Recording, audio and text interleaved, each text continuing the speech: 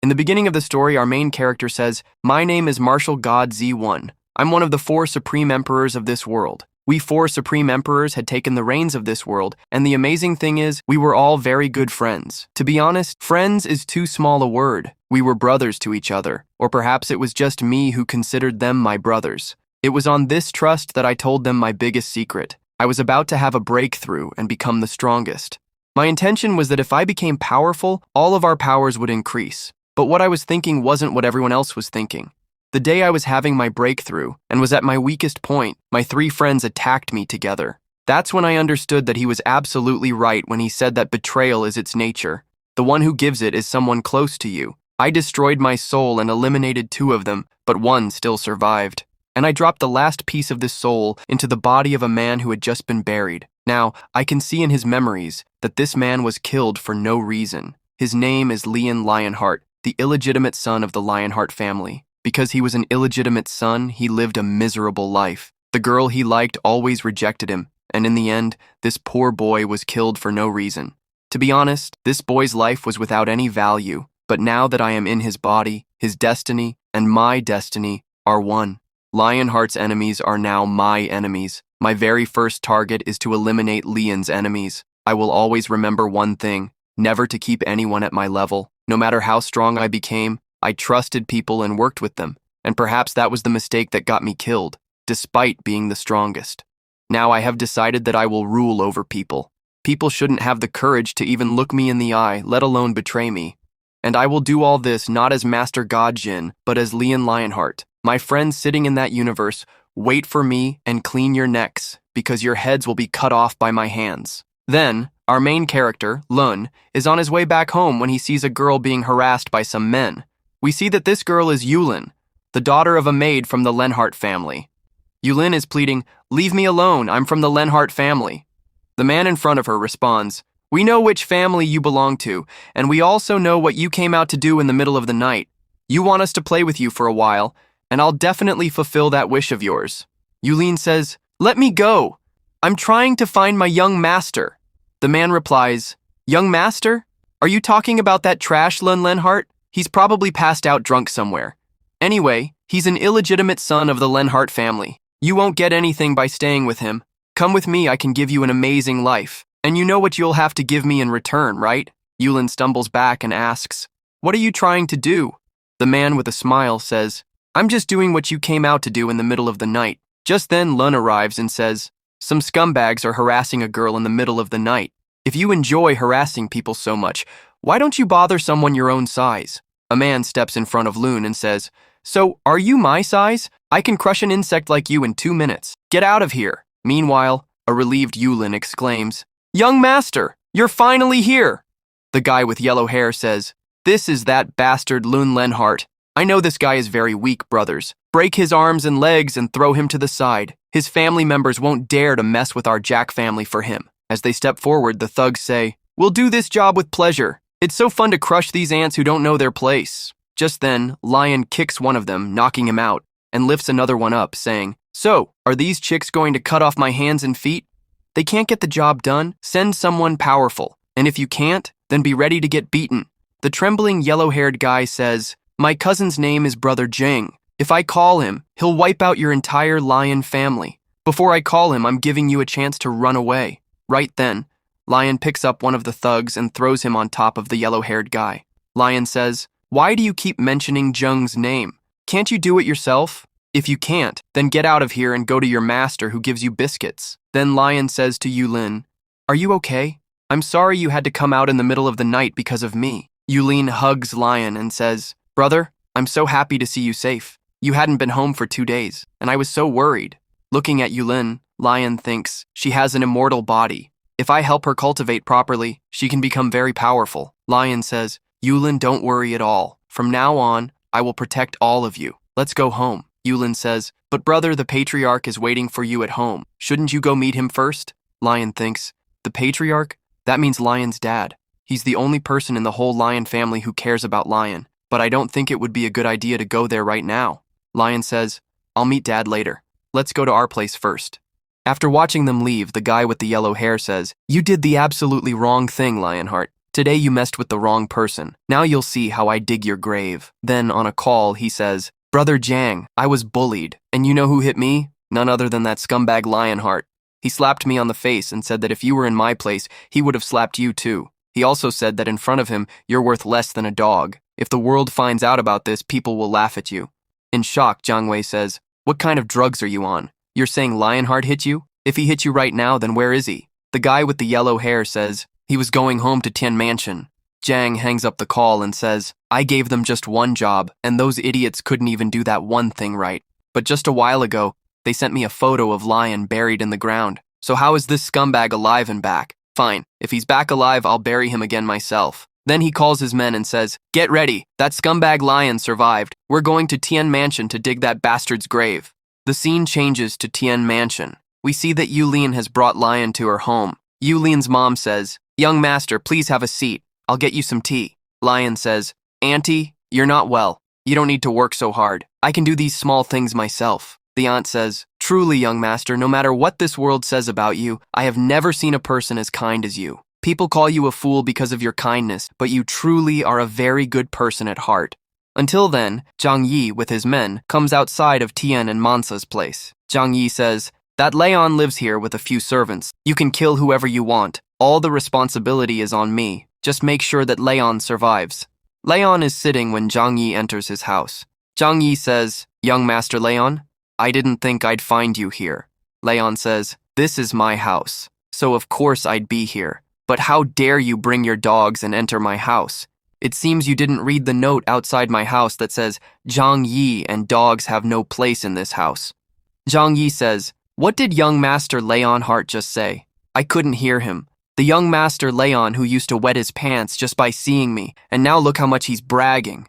Leon says, Yulin, go inside to the auntie and take care of her. In the meantime, I'll handle these fools. Leon says, I gave you guys a lot of chances before, but as they say, there's no use playing a flute in front of a buffalo. I don't want to waste my time. Hurry up, come get your beating and leave. Zhang Yi says, Go forward, finish this scoundrel. But we see that in a little while, Leon has beaten everyone up.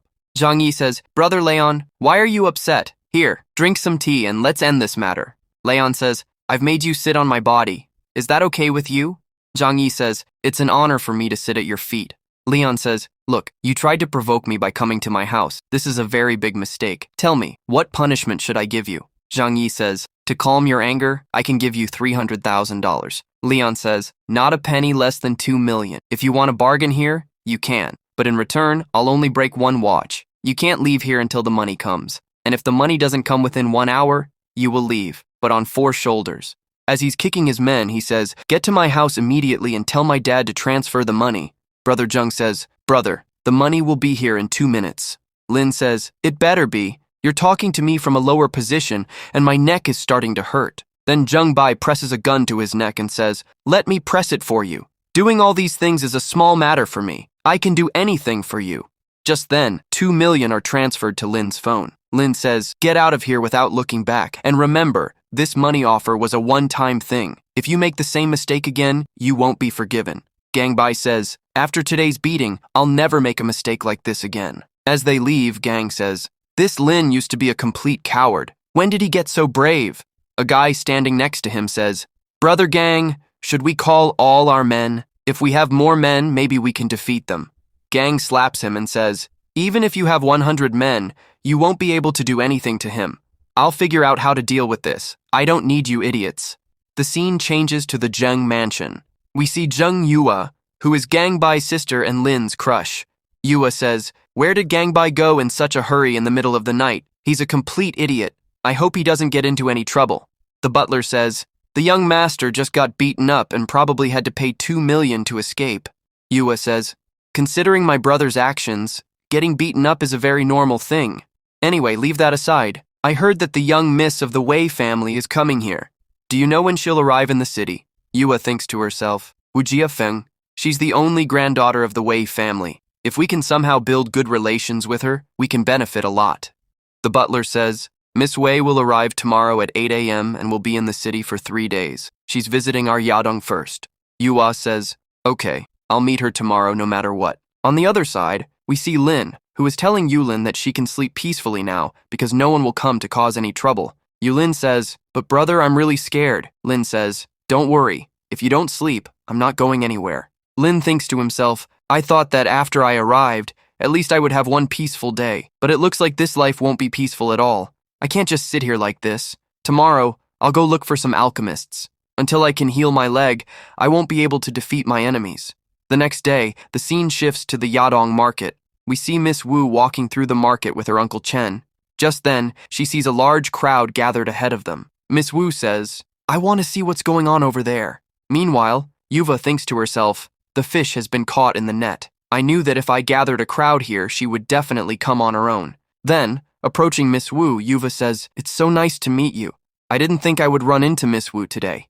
Just then, Uncle Chen says, "Our young miss doesn't talk to just anyone, so please, miss, go on your way." Yuva says, "Miss Wu, do you remember meeting me 3 years ago? Since you're in my city, Yadong, how would you like for me to show you around?" Miss Wu says, "You're a local here and you must know a lot about this place. If you're so keen on being our free guide, then fine, you can be our guide." On the other side, we see Lin and Yulin, who have also come to the same market.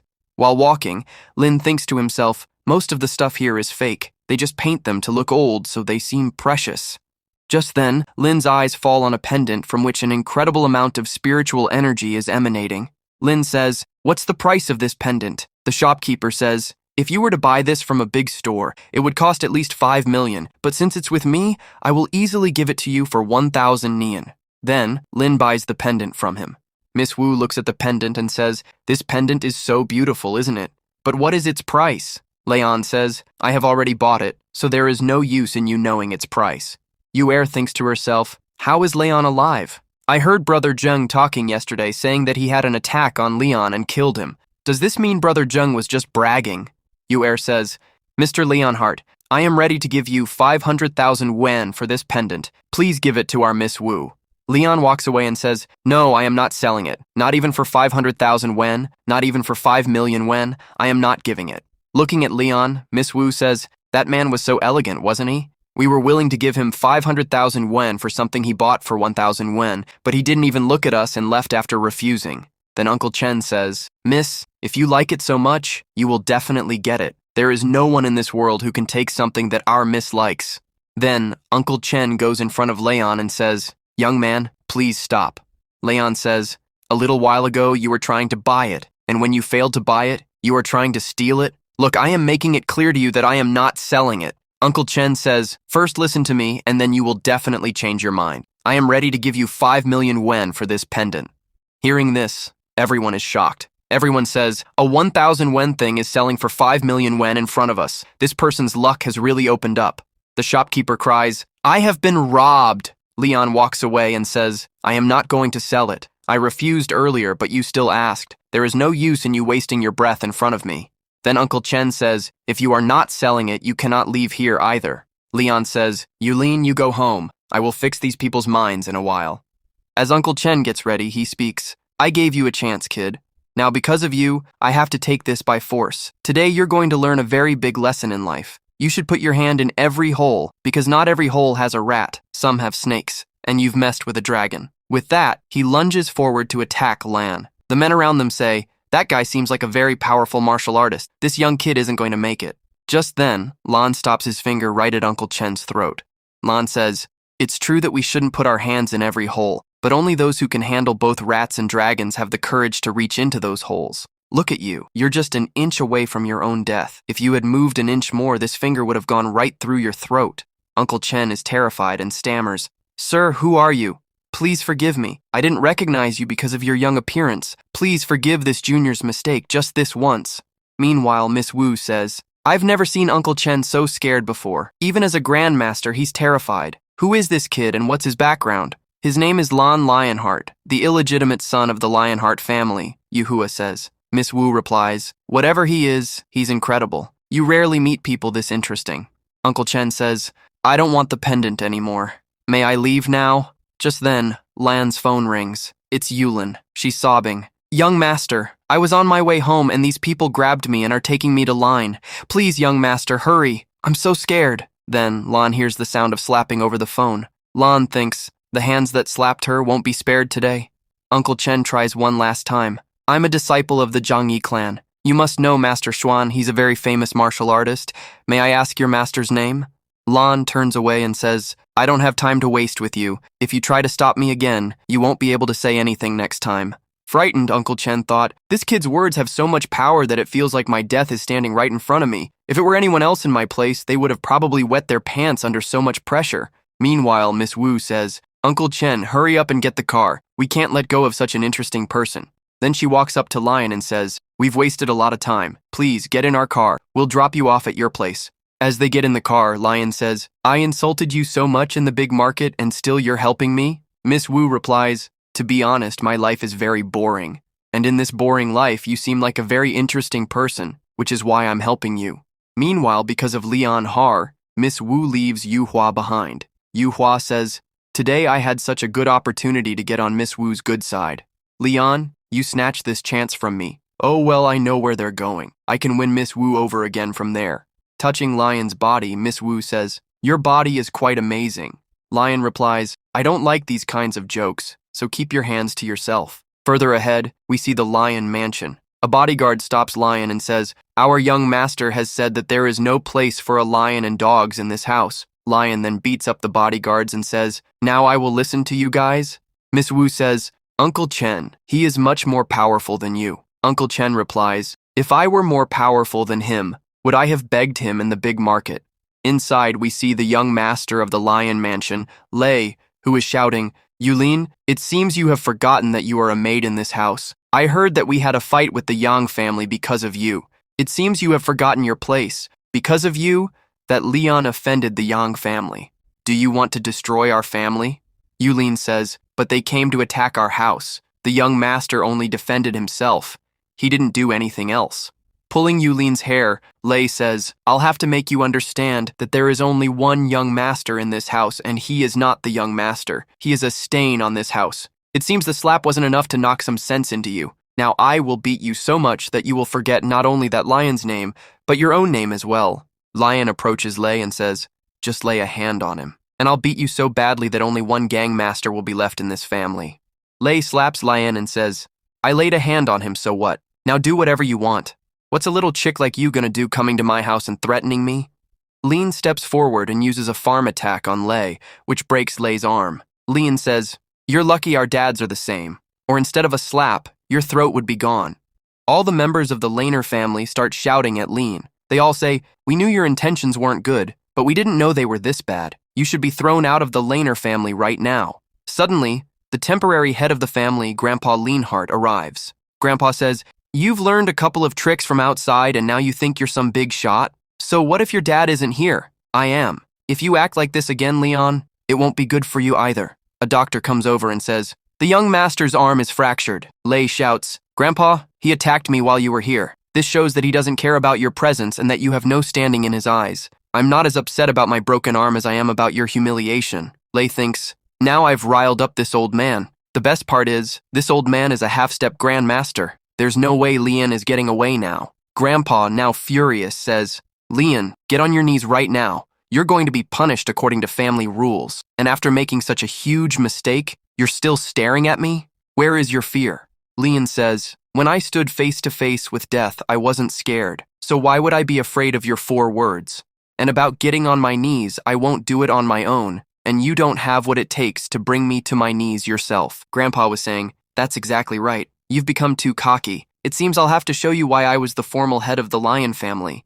Just then, Uncle Chan arrived and said, Grandpa, I'd like to advise you not to take another step. Those next 4 steps you take could be the last steps of your life. Grandpa asked, who are you? How dare you interfere in the affairs of the Lion family? Chan replied, my name is Chan, and I belong to the Yanbei Wu family. Grandpa thought to himself, he's ranked 43rd on the dragon list. What is such a powerful martial artist doing in my house? From what I know, he's the bodyguard for the Wu family's young miss. Wait a minute, does that mean this girl is none other than Miss Wu?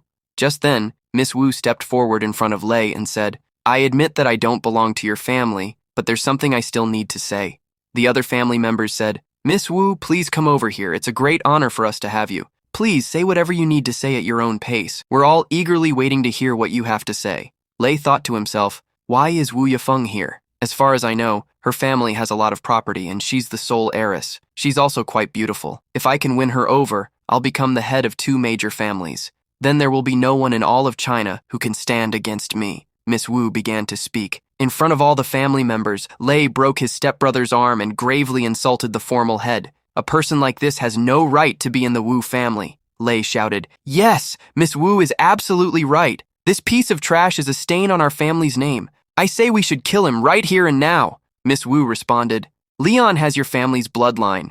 I'm sure there's no one here capable enough to even touch a hair on Leon's head, let alone kill him. The best thing we can do is to cast him out of the lion family. That way, you and Leon will have no further connection." Grandpa said, "Miss Wu is absolutely right. Leon, get on your knees and leave this family forever. From now on, you and we have no relationship." Lane said, "Look, I don't really care about you people anyway. I'm not going to get anything from your little family business. And as for trying to make me bow down, that's impossible. Anyone who wants to make me bow down here should be prepared to die." Grandfather said, "All right, let's see who's stronger." Uncle Chen said, "Grandfather, I'm advising you again. Don't fight him. No matter how strong a mouse is, a lion's cub can easily crush it. The difference between you and Lane is like that of a mouse and a lion. He may be young, but he's a grandmaster. You're talking about attacking him. To be honest, I can't do anything to him, and I'm very sorry to see that you kicked such a great talent out of your family a little while ago. Normally, our clan would also yearn to be acquainted with such people, and even after having such a big gem in your family, you kicked him out."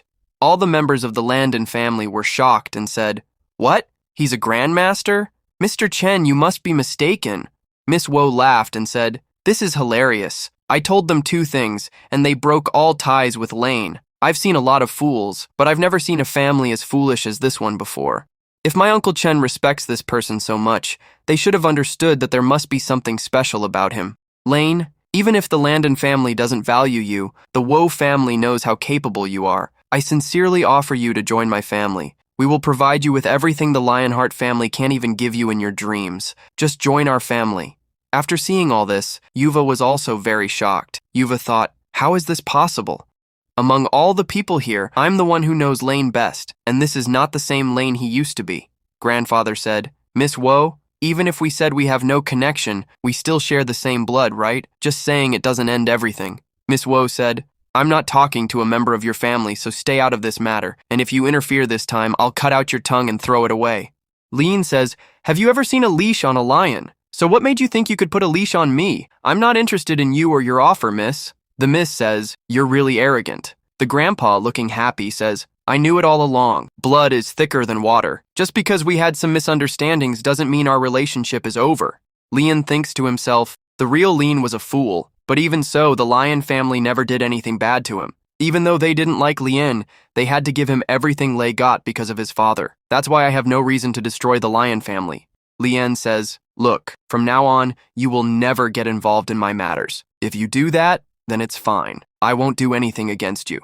The grandpa says, "We have no problem. As long as the name Lion is behind your name, we will never get involved in your matters. And as the formal head of this family, I announce that the next head of this family will be Lien."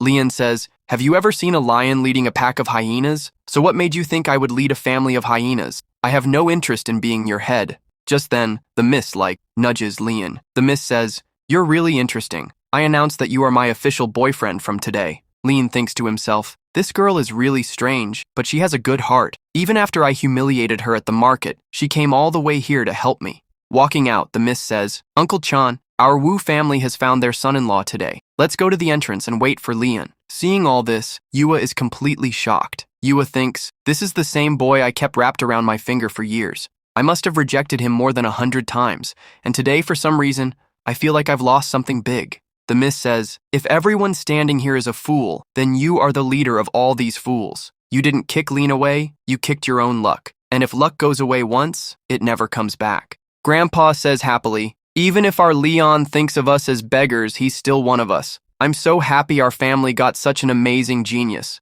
Leon, do what you want, however you want, but please, never change your surname. Even if we're so small that we can't do anything for you, if you ever need our help, just say the word." The rest of the family members say happily, "We thought our Leon was so amazing. So what if he's not sister-in-law's son? At least he has the brother's blood in him. And if Leon becomes the head, we have no problem with that either." Then Leon says as he leaves, "Okay, I'm going. Next time, Nobody bothers Yulin and her mom. Looking at Yuva, Leon thinks, what's so special about this girl that Leon was so into her? To be honest, she seems arrogant to me from every angle. Meanwhile, Yuva yells, Leon, I need to talk to you about something. Leon says, that's funny, isn't it? Before, I wanted to talk to you, but you never had time. And now you want to talk to me, but I don't have time for you.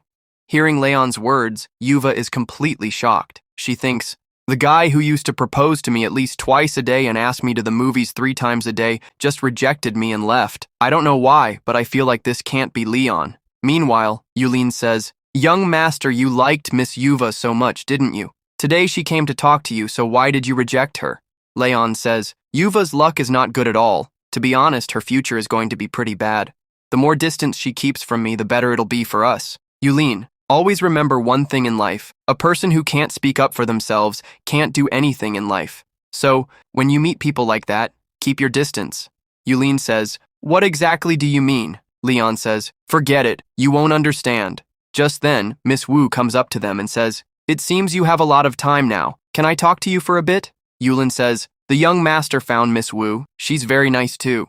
Then, Leon raises his hand and says, you're all over me. I can only be your friend and nothing more. Miss Wu says, well, at least you consider me a friend. You're the first person in the world that I like. Leon says, I'm from the Leon family, so given my family's reputation, there must be a lot of guys after you. So what is it about me that has you so interested? Miss Wu takes his phone from him. She says, I've saved my number in your phone. If you ever need anything from me, please just give me a call. With that, Miss Wu leaves. Yulin arrives and says, Leon, stop right there. Leon says, Yulin, you go outside and wait for me. I'll be there in a little while after I talk to her. Lei scoffs. One girl just threw me aside, and now there are 2 big shots fighting over this guy. What does this scoundrel have that I don't? I'm going to go talk to Miss Wu and get her favor. Then we'll see who becomes the real Aaron. Lei calls out, Miss Wu, wait a second. Miss Wu asks, what do you want now? Lei says, I heard that you're going to be staying in our city for a few days. How about you stay at our house? I can show you around the whole city. Miss Wu says, no, I don't want to stay at your house. I don't like taking favors from anyone. Lei says, I overheard your conversation with that scoundrel, Leon. To be honest, he's a worse and more useless person than I am. You won't find anyone like him in this whole city, which is why I'm telling you please don't stay with him. I admit I'm not that great, but he's even more worthless than me. Miss Wu, annoyed, says, you called Leon worthless? Lei says, I'm calling him worthless because he is. First of all, he doesn't even know who his own mother is. On one hand, you have me, whose lineage is right in front of you. But what do you know about him? Nobody knows that the blood of a dirty place is mixed in his body. Staying with a person like him could seriously ruin your name. Leon is just like a rotten apple that can spoil the whole basket of apples. If you have to choose someone from my family, I'm the best option for you. Miss Wu asks, what is so special about you that isn't in Leon? Lei says, first, all the flaws he has, I don't. Besides, I'm not a scoundrel. If you choose me, I will be sincere with you. Miss Wu turns to leave and says, I want a partner for myself, not a dog. If I wanted sincerity and loyalty, a dog would be much better than you. And you're showing how good you are right in front of me. You're slandering your own brother for a girl. A person who doesn't respect his own blood, how can he respect a girl? Uncle Genghis, he called Leon a scoundrel. Break his other hand too and teach him a lesson so that he never comes in front of me again. Lee says in a trembling voice. Please don't do this. I will never bother you all again. Uncle Chen says, I don't enjoy doing this either, but these are young Mrs. orders. I have to do this. Saying this, he breaks Lee's arm. The other family members come out saying, what happened here? Meanwhile, Lee is thinking, that bastard lion, you've taken everything from me. I used to have many chances to have you killed, but I let it go thinking you weren't in my way, so why would I have you killed? But now, because of you, I've had to suffer this humiliation, so you're not getting away with this, son. Miss Wu says, Uncle Chen, let's go. I'm not interested in the idiots of the Lan family. Uncle Chen also says, I have seen a lot of pathetic families, but I have never seen a more pathetic one than this. How can anyone discriminate so much among their own children? It seems this family is destined to be destroyed, and Lan will rise as the strongest family alone. Then Miss Wu calls her dad and says, I'm not coming back home this year. When I do come back, I will bring your son-in-law with me. On the other side, Yuva is saying to Lan, you didn't used to be like this. Lan says, if you want to talk about the past, I don't have time to listen to all that nonsense. Yuva says, what do you mean, Lan? You always used to say you liked me, but I ignored you all that time. Now that I am giving you attention, you're being rude. Lion says, There is a world of difference between the line you are talking about and the land standing in front of you. If you think this land will beg at your feet like in the past, then you can only dream. I thought you had something important to talk about, which is why I came to see you. How was I to know you would just waste my time? Then Yuva says, Lan, wait, can you arrange a meeting for me with Miss Wu? Yuva thinks, I am absolutely right. This is not the same lion at all. Ever since Zheng attacked him, he has completely changed. Lan says, you know, you ask for a favor by either humbling yourself a bit or by giving something in return. What makes you think I'll just agree to your request? Yuva says, you arrange a meeting for me with Miss Wu, and I will go out to dinner with you. If you want, we can watch a movie and go shopping. I will spend an entire day with you. Yuva thinks, he's waited for a very long time just to talk to me. I can guarantee he won't reject such an amazing offer. Lane says, I've never heard of such a lousy offer in my life. What kind of goddess are you that I'm supposed to have fun eating with you? And if you're going to talk nonsense like this again, don't call me. Yuva says, if you don't want this, then what do you want? Lane says, 10 million. Is that enough for one meeting with you? If you want a bargain, go talk to someone else.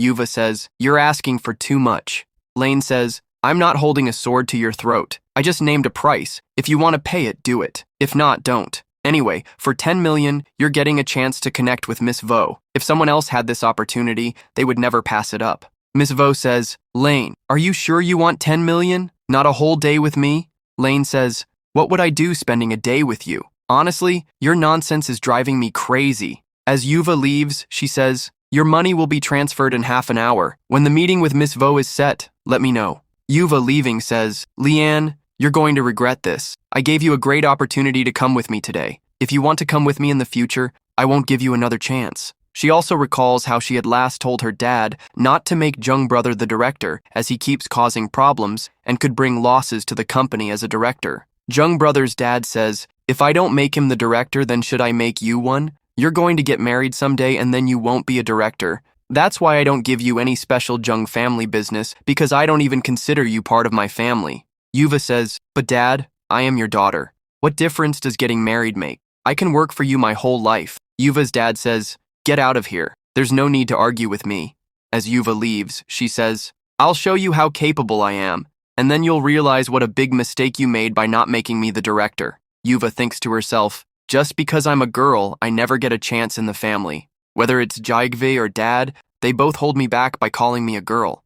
If I get that family support, they won't be able to say that to me. Leonie is with Miss Wu. Leona asks, you haven't left yet? Miss Wu replies, it's quite difficult to find a taxi here, so let me drop you off. Miss Wu continues, by the way, I wasn't joking. What do you really think of me? Leone says, it takes me a lot of time to save people. And isn't my friendship enough for you? Miss Wu laughs and says, that's why you're so different from everyone else, and you're my favorite too. Just then, 10 million tums are credited to Leone's account. Miss Wu says, Yuva asked you to arrange a meeting between me and her. Leone asks, how do you know about this? Miss Wu replies, as soon as I saw Yuva, I knew she was desperate to make a place for herself and her family. Look, our Wu family is a very different kind of family. We don't discriminate between boys and girls, and that's why the true legacy of the family will be handed down to me. But even today, not all families think like us. Yuva thinks she can get the director's position based on her own ability, but that's never going to happen. And that's why she's trying to get the support of the Wu family. Leonie says, I believe that as long as you do things to prove yourself to others, you can't achieve anything. The day you think, I need to become better than myself, no one will be able to stop you. If Yuva is so capable, then why does she need the Zhang family's help? If she can transfer 10 million, she can also start a new business with 10 million. The reality is she also wants a share in her family, and that's why she's doing all this desperately. Miss Wu says, how can you be so clever? Look, I'm telling you again, become the son-in-law of my family. We will give you all of our family's property, and then you know, there will be no one in all of China who can stand against you. Pushing Miss Wu away, Leone says, how many times do I have to explain that I have no desire to do all this? I have a lot of work to do. Leone asks, do you want to meet Yuva or not? If you don't want to meet her, it's fine. I'll tell her no. Miss Wu says, I can go for you, but what will I get in return? Your body is quite good. Do you go to the gym? Leone says, look, I'm not going to sell my body for 10 million. You've misunderstood me. Then, at Miss Wu's request, Leone texts Yuva that their meeting is fixed for tomorrow at 12 p.m. In a thrilling turn of events, we see Lei, who has paid a ransom for Leon. Lei says, Everyone knows that after you pay the Justice Society, no one survives. Leon, you made a big mistake by messing with me. You don't know how many dangerous people I know. The scene shifts, and we see the Justice Society's leader, Xiaohu. Xiaohu says, "My childhood crush is in Zifeng City. Who knows, maybe tomorrow when I go on a mission, I'll meet her. It won't look good if I meet her like this. I should prepare. Maybe she'll agree to be my girlfriend." Just then, a secretary arrives and says, "Boss, we have information about Miss Wu. She has gotten very close to the Lionheart family's young master, and they are currently at a shopping mall." Annoyed, Xiaohu asks, "Who has the guts to lay a hand on the boy I have my eyes on?" The secretary replies, "That boy is none other than Leon Lionheart. You know, a while ago someone put a 10 billion bounty on Leon's head." Happy, Xiaohu says, "This guy's fate was already sealed, but now we get paid to do the job. By the way, who put the bounty on him?" The secretary says, "Leo Lionheart's younger brother, Lei Lionheart. You know there must be a property dispute in their family." Xiaohu, pleased, says, "We get 90% of our work because of these people. They keep fighting among themselves and paying us. Anyway, if I want to end this fight, I have to face Miss Wu, and I can't face such a powerful person without proper preparation. Go ahead and increase the fee." Meanwhile, we see Miss Wu and Leon shopping. Leon thinks, "I had to come here for this pointless 10 million. I really think I made a big mistake by taking the money." Suddenly, Leon notices that someone has been following them for a while. He pulls Miss Wu to the side. Miss Wu asks, "What happened? Where are we going?" Leon says, "We're being followed. That's why we need to get to the side." The girl who came to kill Leon thinks, "I really have to kill this girl. Her senses are amazing. I was hidden here in so many ways and following them, but she found me so easily. But no matter how much they run, they can't escape from me." After they get to the side, Miss Wu asks, "Did we escape?" Leon says, "We didn't escape. Our killers are trapped." The assassin says, "Miss, our target is young Master Lan Linhart. We don't have the guts to lay a hand on you. Please leave this place. If you even get a scratch, we'll be in big trouble, miss." Miss Vo says, "So, you've come here from the Justice Society. How dare you slander my friend's name? And where is Jia Hui? Send him to me. As long as I'm here, you can't attack my friend." The assassin says, "Our job is to kill people for money. Now that we've taken the money, we can't back down, miss. We can only request that you please step back." Miss Vo says, "Just try to lay a hand on him. Then you'll see what happens to you. I promise you, if anything happens to Lan, your judges won't see the light of morning." Just then, Jia Hui walks over and says, "My childhood friend, why are you so angry? Why are you causing trouble for some random guy?" Miss Vo says, "First of all, let me make it clear. We are not friends. We only met 5 years ago at my grandpa's birthday party. Nothing more. Honestly, I meet 1,000 people in a day. Do you think I make a friend out of everyone?" Lan says, "Miss Vo, there's no need to waste time. No one who can kill me has been born yet." Stepping forward, Jia Hui says, "You're really good at talking trash. No matter how much you boast, I know where you stand. We don't just attack like this, we've read your file. The difference between what you say and what's in your file is like heaven and earth." At that moment, Lan takes a step and pushes Jia Hui to the ground. Lan says, "You have a small mind, and it's full of nothing but anger.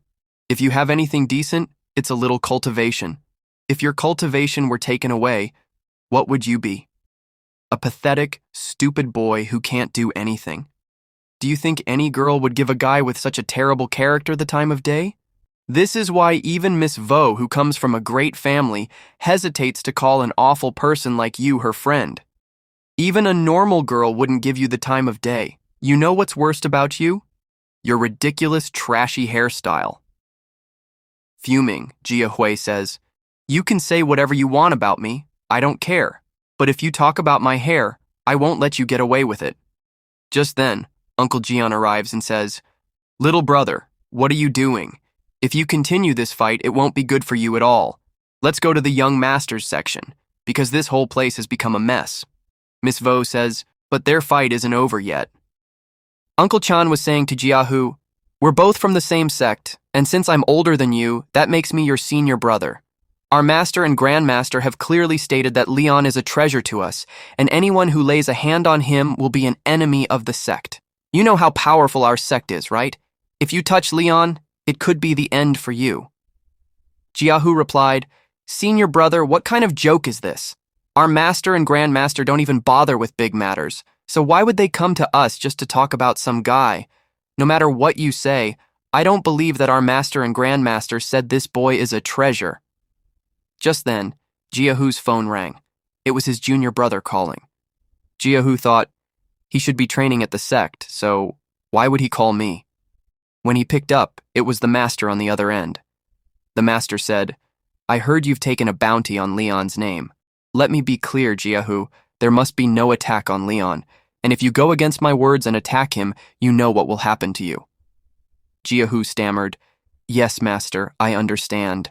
From now on, Leon's protection is in our hands. We won't let anything happen to him."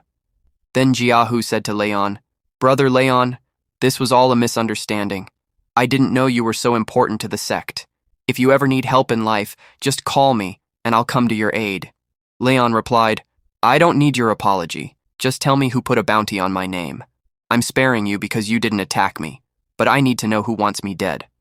Jiahu said, "I'm only letting you go because of the master. Don't think for a second that your strength is superior to mine. I don't know what your relationship with the master is that he's protecting you, but let me make one thing clear. Our study has a rule. We never betray our clan." Suddenly, Leon grabbed Jiahu by the neck. Leon said, "If you don't tell me the name, you'll have to pay with your life. People will talk about your loyalty, but you'll be dead." Jiahu pleaded, "Please don't kill me. The one who put the bounty on you was your own brother, Leonard Lay. He paid us a huge sum of money to kill you." Jiahu thought to himself, "I didn't think this guy would be so powerful. He looks so young, so when did he start cultivating?" As Leon walked away, he said, "This is your first mistake, so I'm forgiving you. If you repeat this mistake, you won't be so lucky." Meanwhile, Jiahu thought, "What kind of crazy dog bit me that I would mess with such a crazy person?" As our lion arrives at the lion mansion, Grandpa sees him and says, "Young master, how is it that you've come here?"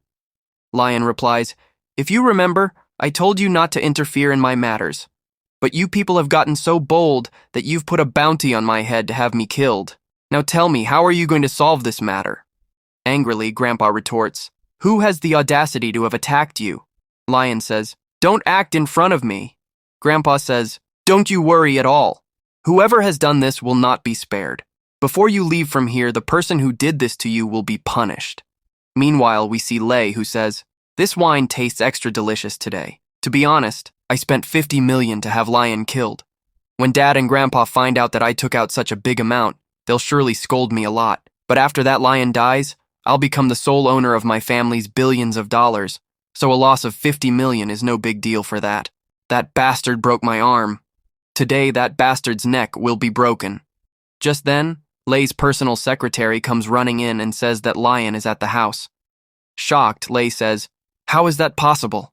The Justice Society has killed everyone whose name they've taken a bounty for. How did Lion survive at their hands?" Then some bodyguards come in and say, "Young master, Grandpa is calling for you." Lei says, "Tell him I don't want to meet him." The guards then grab Lei and start dragging him away. We see that Lei's mom finds out about him being taken away. Lei's mom says, "My husband isn't here, and this old man has turned the whole family upside down. This bastard will punish my son, will he? Now I'll show him how dangerous I am. I'm ready to destroy everything, but I'm not going to spare this Lion and this Grandpa." Meanwhile, we see Lei being brought into Grandpa's office. Grandpa says, "Tell me the truth. Did you put a bounty on Lion's name? And if you did, how much was it for?" Lei says, "At first we agreed on 10 million, but suddenly they raised the rate to 50 million. Shouting, Grandpa says, "You haven't earned a single penny in your whole life, so where did you get all this money from?" Lei says, "I know the password to the family's account. I secretly took the money out." Grandpa then steps forward and slaps Lei. Grandpa says, "You idiot. Don't you know that our family's finances are in overdebt? Your dad, who is the family head, has gone to Guyane to solve all these problems, and you are wasting money on useless things behind his back. To this day, I regret how such trash like you was born into our house." Lou, I wouldn't have had to do any of this if my family wasn't so two-faced. Everyone used to pay attention to me, but as soon as they found out this bastard had Grandmaster-level power, I became completely worthless in this family. I know that as long as he's alive, I'll never have a chance in this family. My worth is less than a dog's, so it's very important for me to kill him. Grandpa laughs and says, I thought you had done everything for your birth, but the hatred inside you is so obvious. I never thought there could be such a despicable person in our Lin family, but to be honest, I would be very happy to get rid of trash like you. Today, by ending you, I will completely cleanse the Lin family. Only then can your family truly grow. At that moment, Lee's mom arrives and says, Who dares to touch my son? Grandpa says, I wish you had asked what your son did, instead of asking who I am. Lee's mom says, I don't care what he did. He's the son of the family head, and no one can lay a hand on him. If you want to attack Lee, you have to attack me first. Then we'll see how you answer to the family head when he arrives. You had power, but that was 202 years ago. Now you are completely worthless in this family. Grandpa releases his energy and says, I guess I'll have to show you how worthless I am. I know you're doing all this to save your son from punishment. Then Lee's mom takes out a bottle from her pocket and says, You will have to bear the consequences of whatever I am about to do. Grandpa says, It's poison, isn't it? Why did you bring it here? Lin thinks Lee's mom is a great actress. Everyone knows that Grandpa won't kill Lee, but he'll get a big punishment for his mistake. That's why she brought poison to scare Grandpa. The funniest thing is that it's not even real poison inside. She's filled it with Sprite. Let's see how far this woman takes her acting. Lee's mom says, If you are going to kill my son, I'll do it myself. Saying this, she makes Lee drink the entire Sprite. Grandpa thinks it's poison, so he tells the guard to quickly call the doctor. Lin says a doctor can't cure him. I'll cure this bastard. Saying this, he jumps off the 4th floor with Lee. The scene shifts and we see Jiahu sitting with Uncle Chen. Jiahu asks, You've found out about Leon. What do you think he'll do? Uncle Chen replies, I think he'll punish him, but he won't kill him. Jiahu argues, But that guy Lei tried to have him killed. And besides, Leon has Grandmaster level power. Even if he kills Lei, he and his family can't do anything to Leon. Uncle Chen responds, I don't know about other things, but I do know that Leon is a very kind-hearted person. He would never kill a member of his own family. Meanwhile, we see Leon with Lei at a momo stall. Leon asks the momo seller, Uncle, do you have any bad momo sauce? The uncle replies, Yeah, I do, but what do you want with it? The taste and smell are so bad that even dogs and pigs don't like to eat it. That's why I was just about to throw it away. Leon says, You don't need to throw it away. This terrible liquid can save my brother's life. This foolish brother of mine mistook poison for a snack and ate it, so it's very important for him to vomit. Lei thinks to himself, What is Leon trying to do? What did he do to me? Why can't I say anything? The uncle, looking worried, says, If that's the case, then it's very important for him to vomit. Don't worry, if he drinks just 1 drop of this, he'll vomit immediately. Leon says, Don't worry at all. Even if pigs don't like this drink, today this drink will save a person's life. The uncle puts the bowl up to Lei's mouth and says, I work at a stall, but I always felt that my life had some purpose. And today, I finally understand my purpose. I opened this stall so I could save a person's life. Foolish boy, open your mouth. This drink isn't going into your mouth. Once it goes inside, the poison inside you will come out. After the drink is finished, Leon asks, By the way, uncle, what did you put in this? The smell is so strong that it's still lingering. The uncle replies, This is my family's secret. We put secret spices in it. And he runs away. Leon thinks, It seems like Lei drank something dangerous today. At that moment, the grandpa and Lei's mother arrive. Lei's mom yells, What did you give my son to drink? It's so smelly that I can smell it from here. If anything happens to my son because of all this, I won't spare you. Leon says, Look, you don't have the right to say any of this. You gave your own son poison with your own hands. Then he says to Lei's mom, hitting her, Don't try to pull any of your nonsense on me. I saved your son's life. If I hadn't made him drink this, he wouldn't have thrown up the poison. Lei's mom says, How dare you hit me? Let the family head come back, and then I'll show you what you've done. Lan says, I'm waiting for them too. When they find out you poisoned their son, I'd like to see what they do. Anyway, Grandpa saw that I saved your son by giving him a disgusting drink. Grandpa, you tell me, did I do anything wrong? Grandpa says, Even with all the problems Lan has with the Line family, he didn't hesitate for a second to save his brother's life. He even jumped from the 4th floor to save him. And you, a terrible mother, poisoned your own son. Until the family head returns, you'll be locked in your room and sent to the hostel in disgrace. After they leave, Grandpa says, "Young master, I did a good job, didn't I?" As he's leaving, Lion says, "Yes, your performance was amazing. If you keep doing such good work, you might live another 10 or 20 years. At the same time, Lion thinks to himself, I've handled these people. Now it's time to go and teach Yulin cultivation. As I progress, my enemies will increase, and my loved ones will be the first ones targeted. If she becomes strong on her own, I won't have to worry about her." Next, our Lan arrives at the Tianmen mansion. Lan says, "Yulin, are you free?" Yulin says, "Yes, young master, what do you need?" Lan says, "Come to my room right away." After they get to the room, Lan starts changing his clothes. Meanwhile, Yulin thinks to herself, what does the young master want to do? Is he thinking of doing what I'm thinking? Yulin says, "Young master, I need to take a bath first." Lan says, "You can bathe later. Let's do the work we came here to do first." Shyly, Yulin says, "But young master, I don't have any experience with this." Lion says, "I know what you're thinking. Not everyone has experience with this, but don't worry at all. I will teach you for so long that it won't feel like your first time." Then, Lion starts transferring his energy into Yulin. Shyly, Yulin says, "You're really so good, young master." Then Lan says, "Since the beginning, she's been behaving strangely. Wait a second. What does she think I'm doing here?" Then, hitting Yulin on the head, Lion says, "I'm opening your body's chakra points for cultivation. Your senses need to be better than a normal person's.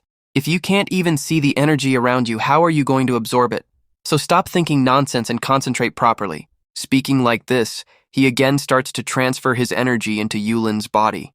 Yulin says, "Yes, young master, I can feel the surrounding energy." Lian thinks to himself, normally it takes some time for anyone to do this, but because Yulin has an immortal body, she is able to sense the surrounding energy. Then, as he leaves, Lian says, "Cultivate here at ease. And yes, lie down here for 2 hours." Then Arlene sits down and starts eating chips. Lian says, "Now I understand why people from Earth like to eat chips and watch wrestling so much. It's really so relaxing." Just then, a news report comes up on the screen. "A 1,000-year-old tree broke yesterday due to a lightning strike." Lian happily says, "This is great news. If a weapon were forged in front of this tree, it would be an incredible weapon. Tree, wait for me. I'm coming to get you soon." As Lian is thinking all this, he hears a very loud noise from the roof. Going upstairs, Lian thinks to himself, Euro told me that there was renovation work going on in our upstairs neighbor's house, but as far as I remember, they can only do this work until 12 p.m. It's already 2 p.m. and they still haven't stopped the renovation work. Yulin is meditating right now, and if they keep making noise like this, she'll get disturbed. Then knocking on the door, Lin says, "I'm your neighbor from downstairs." Just then, the man opens the gate and says, "So what if you're my neighbor? Why are you bothering me?" Then Lian says, "I'm not bothering you, you're bothering me. If you remember correctly, you could only do renovation work until 12 p.m., and it's already 2 p.m. So now, will you stop this work yourself, or should I make you stop?" Threatening Lian, the man says, "Do you see this brick? This brick is of the best quality. I want high-quality bricks to be used in my renovation. It would be a great sorrow for me if I had to use it to smash someone's head." Lin says, "Look, I don't have time to waste on garbage like you, and if you're not going to stop the work, I'm calling the police." Then the man says, "Yes, call them. As soon as the police come, I'll stop the work, and after they leave, I'll start the work again. Then we'll see what you can do." Lian says, "The brick you have in your hand, you're calling this a high-quality brick, right?" Then, showing the brick to Lion, the man says, "If this hits your head just once, your whole head will split open." Then Lion breaks that brick with just one attack. Lion says, "Your brick is really of very low quality. Were you talking about smashing my head with this?" Panicking, the man says, "If you lay a hand on me, I'll call the police. You can't show your strength and intimidate people." Going over there, Lian calls the police and says, "My neighbor attacked my hand. I've sent you the CCTV footage. Please handle this person." The man standing behind thinks to himself, "This guy is very clever. It seems I picked a fight with the wrong person today." Meanwhile, we see Jiahu and Uncle Chan who have finished their lunch. Jiahu says, "Since you are my senior, you should pay." Uncle Chan replies, "You're the owner of such a big corporation. What's a small bill to you?" Jiahu says, "Even though our cooperation is big, we don't have regular work, and unlike others, I keep my brothers on a salary, not on missions. so they don't have any financial problems. That's why I have very little money. While paying, Uncle Chan says, I understand. You're doing all this because of that incident, aren't you? You're still fighting for your pride. Jiahu replies, when I left the sect, I made a promise that I would return only when I had achieved something. To make a name for myself, I even created the Just shirt, but things didn't turn out the way I had planned. Uncle Chan says, it seems you regret leaving the sect. To be honest, Master misses you a lot. If you reach out, maybe Master will forgive you. Walking outside, Jiahu says, next month is Master's birthday, and there's no better opportunity to meet him again. You know, I saw the news yesterday that a 1,000-year-old trainer tree has fallen. If I could gift that to Master, everything would surely be all right between us.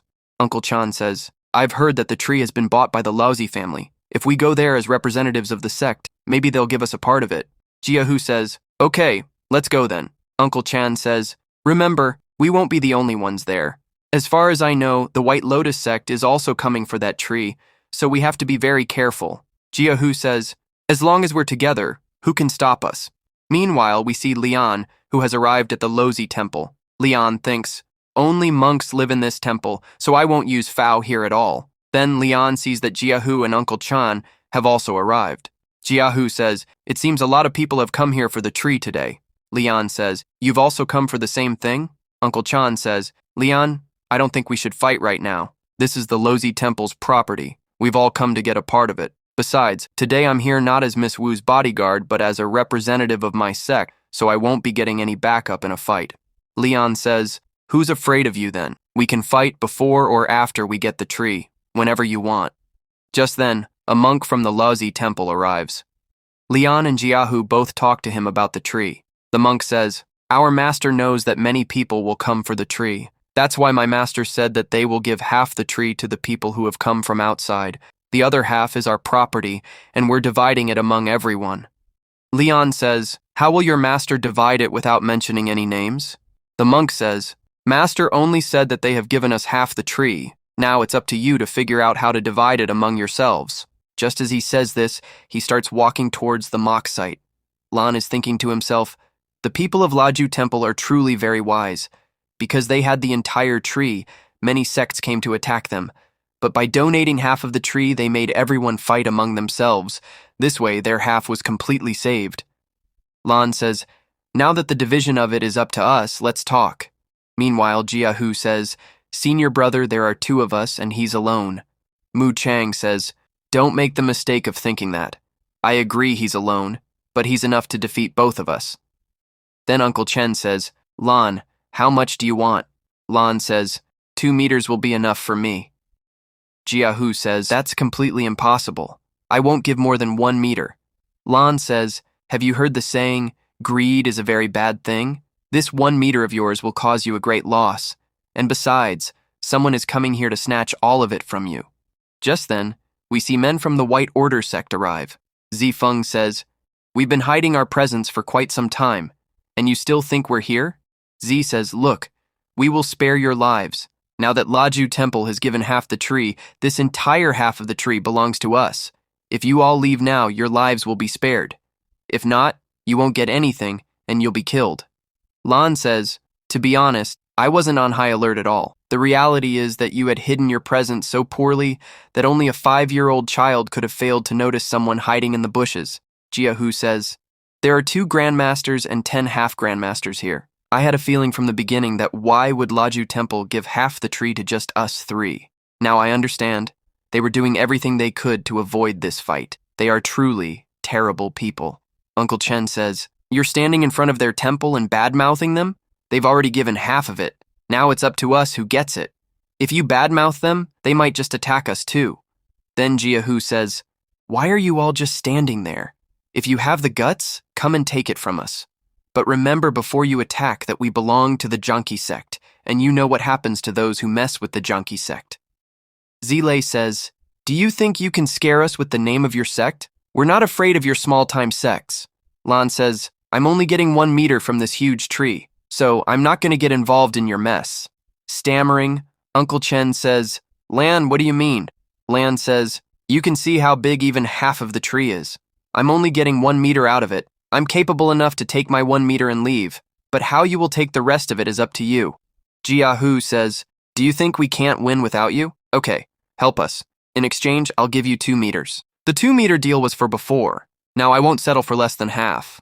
Zihua says, "You really are very clever. Okay, we'll give you half." Moving forward, Leon says, "You're very sensible. If you didn't give me half, you would have gotten nothing. Look, I'll handle these 2 grandmasters in front of us. I hope you can handle the rest of these weaklings." Moving forward, Zeal and Zifeng say, "Boy, you're being very arrogant. Do you know that people who don't know their place die like dogs?" Leon says, "Yes, you're absolutely right, just like you people are going to die here today." Zifeng says, "We've been practicing together for 20 continuous years. We train 16 hours a day and run 20 kilometers just to be able to cooperate, so we stay together all day long. Today, we have the ability to take on 5 grandmasters together, so what can a small child do to us?" Then Leon piles them up in one motion. Leon says, 20 years of training, 20 kilometers of running, all of it becomes useless when you're faced with absolute power. A wise person bows down before absolute power and moves forward, and some fools like you get killed because of their arrogance. Then turning back, Leon says, "I've done my job. I'm leaving with my half share." Zihua says, "Won't you help us?" Leon says, "That's not how you ask for help, and I don't help anyone for free. It's not in my nature." Uncle Chen says, "Young Master Ironheart, please forgive my junior brother's misbehavior. I don't have much to offer, but I can give you 5 million. Leon says, "Okay, I like your sincerity." With one attack, he finishes off all the men, saying, "Don't forget the 5 million, and you guys can decide what to do with these people now." Zihua says nervously, "Senior brother, how can he be so powerful at such a young age?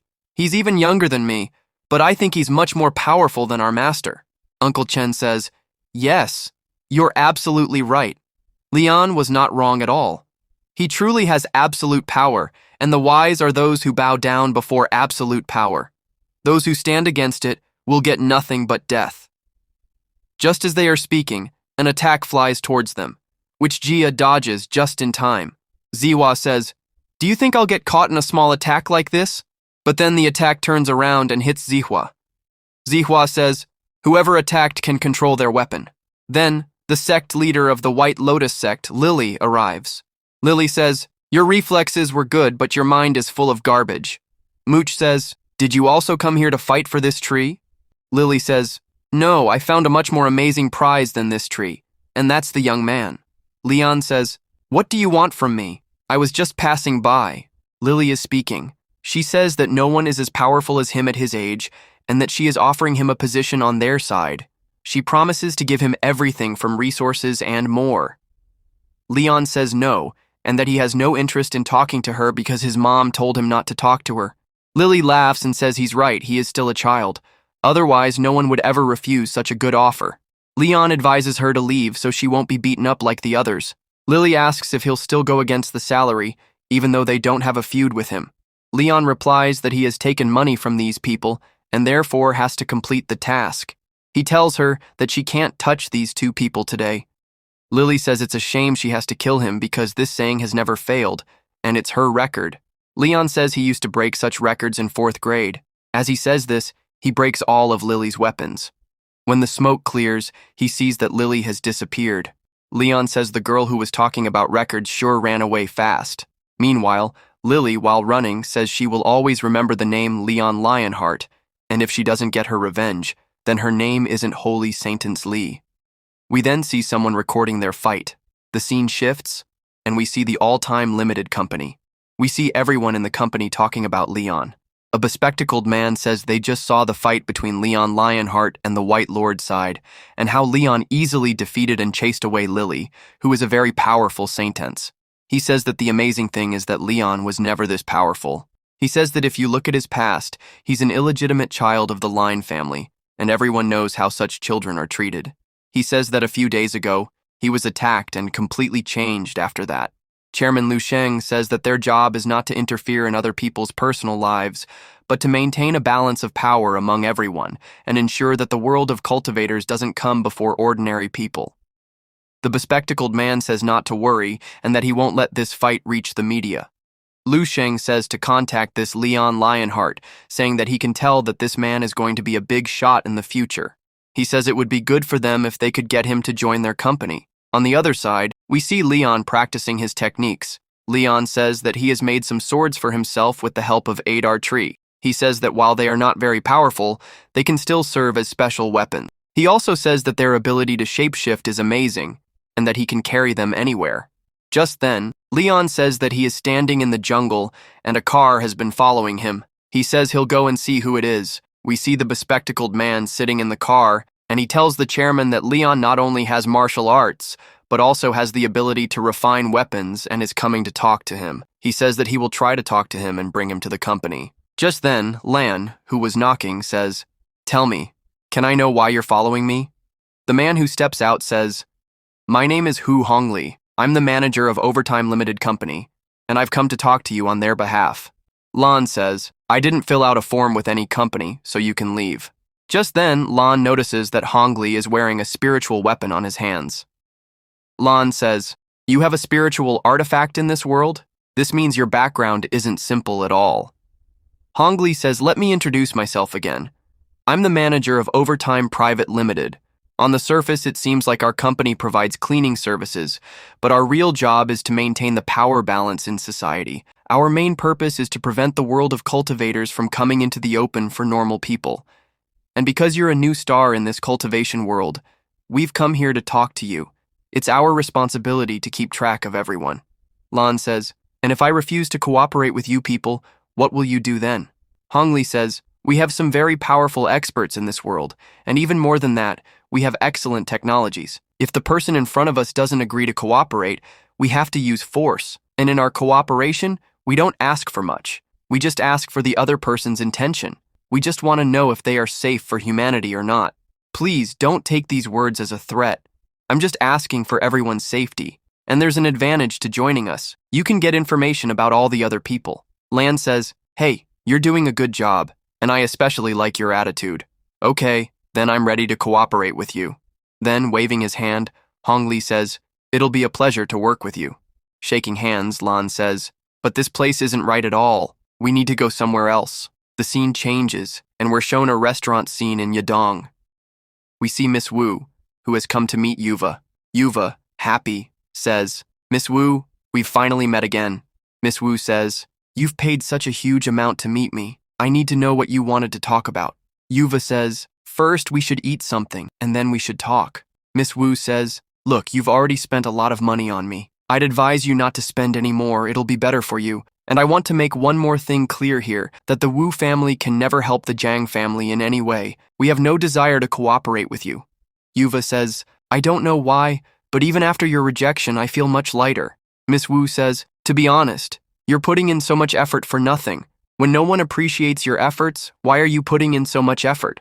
Yuva says, "I admit there are some things I can't control, but I still have to give my best to prove myself." Miss Wu says, "I want to know why you never chose Lan for yourself. If you had, things would have been much easier for you. Don't say that choosing him or not was also not in your hands." "That guy's a total idiot," Yuva says. "I know he's not going to be of any use in my future plans, so why would I keep him around?" The lady replies, "I was right before. You are a huge idiot. A businessman never thinks about what he'll get if he acts today. A successful businessman is one who can think far ahead. If you don't have patience, you'll never achieve anything in life." Yuva says, "What does that have to do with Li Yuan?" The lady replies, "You admit that Li Yuan has incredible power, don't you? In terms of strength, there's probably no one in this city who's ahead of him, and according to my calculations, he's the #1 genius in this country for his age. He's also the youngest grandmaster. I can guarantee that when you rejected Li Yuan, you didn't know about his power." Yuva thinks to herself, "Yes, I had no idea. I was so crazy about gaining power in my family's eyes that I never paid proper attention to Li Yuan." The lady says, "That's why I called you an idiot. You know, I'm not choosing Li Yuan based on his current power. I know that if he goes on to rule the world, it won't be a big deal. If he were with you today, your own family would be respecting you, but you've lost a huge opportunity in your life." Yuva says, "He must have met you too. That's probably why you have these thoughts about him, but I've known him since childhood, and I can guarantee that he won't live up to your expectations." The lady replies, "You say you've been with him since childhood, and yet you had no idea about his power. Now think for a moment. Despite having so much power, Liuan showed himself as weak in front of everyone. A person needs to have ultimate patience to do that. Yuva says, "So what? What's the difference if he did all that?" The lady says, "Let me tell you a reality that will probably blow your mind. If you had half the patience that Liuan has, the Zhang family would probably be at your feet today. It's not that you don't have abilities. The problem is that you have absolutely no patience, and because of that, you'll always be begging the Zhang family for respect, which you'll never get. You know, before I met you, I thought I could work with the Zhang family, but now that I know about you and your family, I'll never work with you guys." Yuva says, "Miss, thank you for your advice. If I can gain this respect in my family through Liuan, then to be honest, it's very easy to achieve. From childhood until today, he was only ever behind me, and I never paid him any mind. If I put in just a little effort for him, he'll come running to me. Now, because of your advice, our Zhang family will go very far." She laughs. The lady says, "You won't be able to do that either." Yuva says, "Do you think so little of me? I can't even get the girl who's liked me for my whole life?" The lady replies, "I don't think little of you. You think too highly of yourself. To be honest, Liuan is the person I've chosen for myself. I can entrust my entire family's property to that man. Can you show the same trust in him?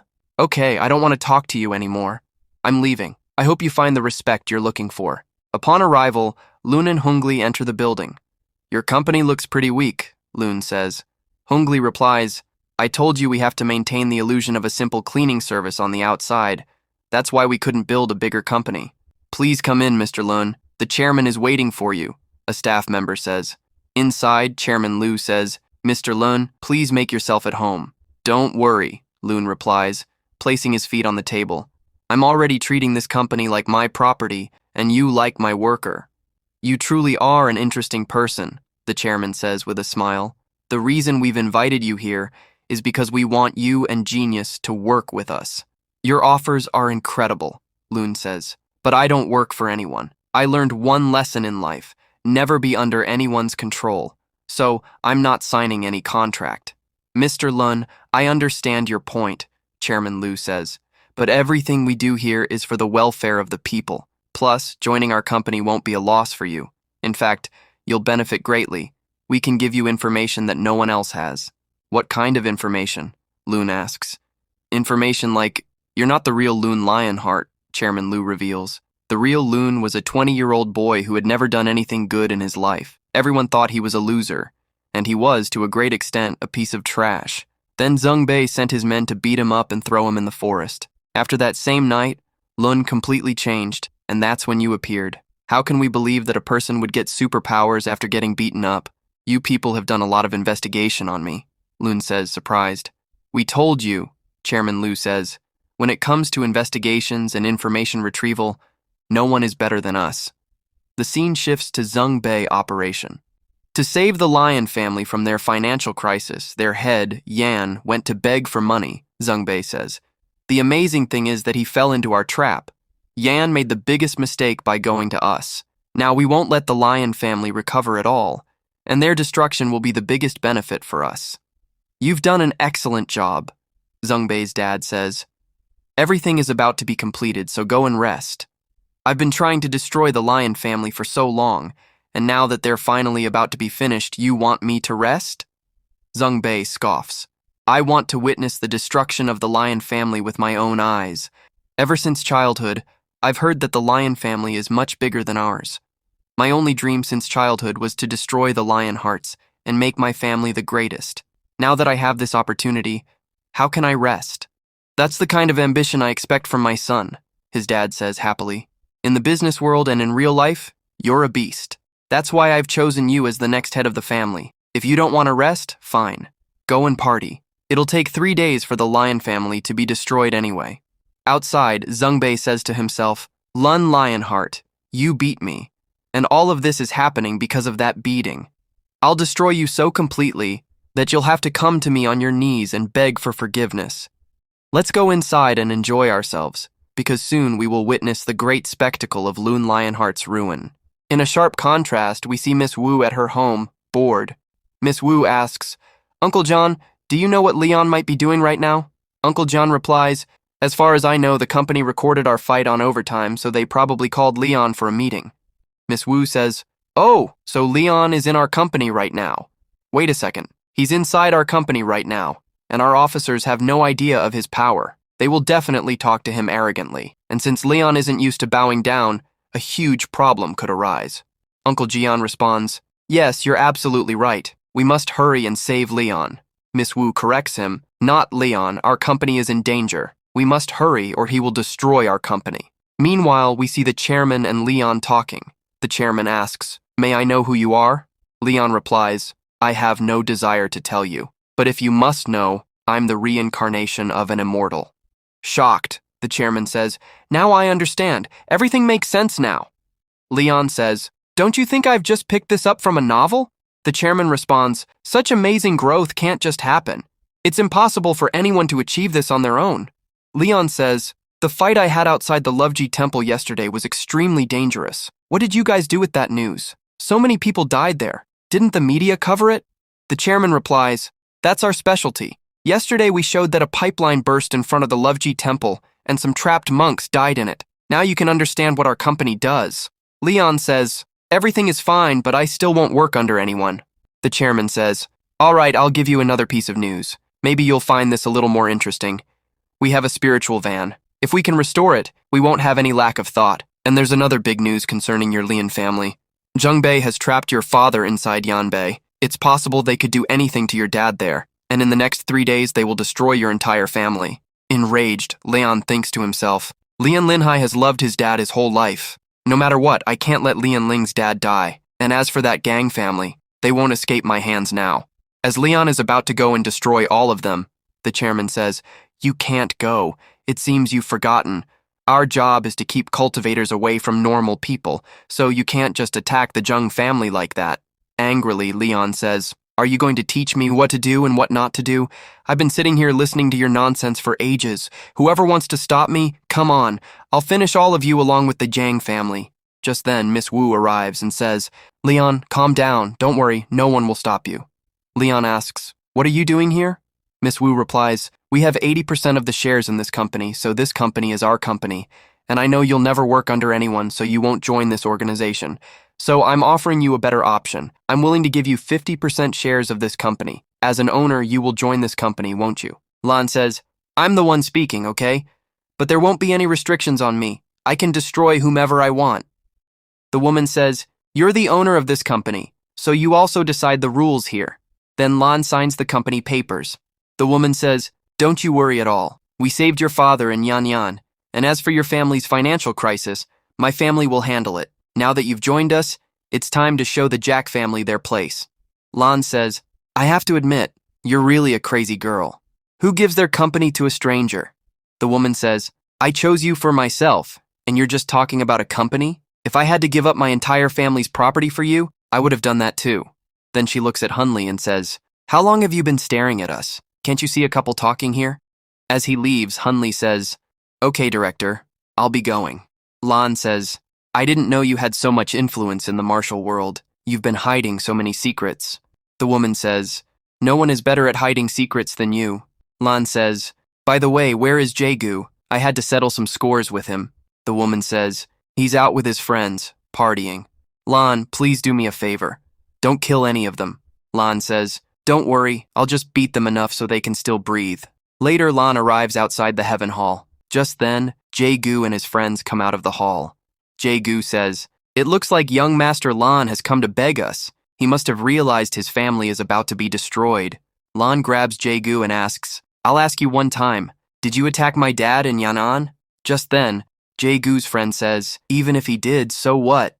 Lan turns around and says, "Are you in a hurry to die? When two people are talking, dogs don't bark in between." Hearing Lan's words, everyone gets scared. Lan says, "Tell me quickly, did you attack my dad?"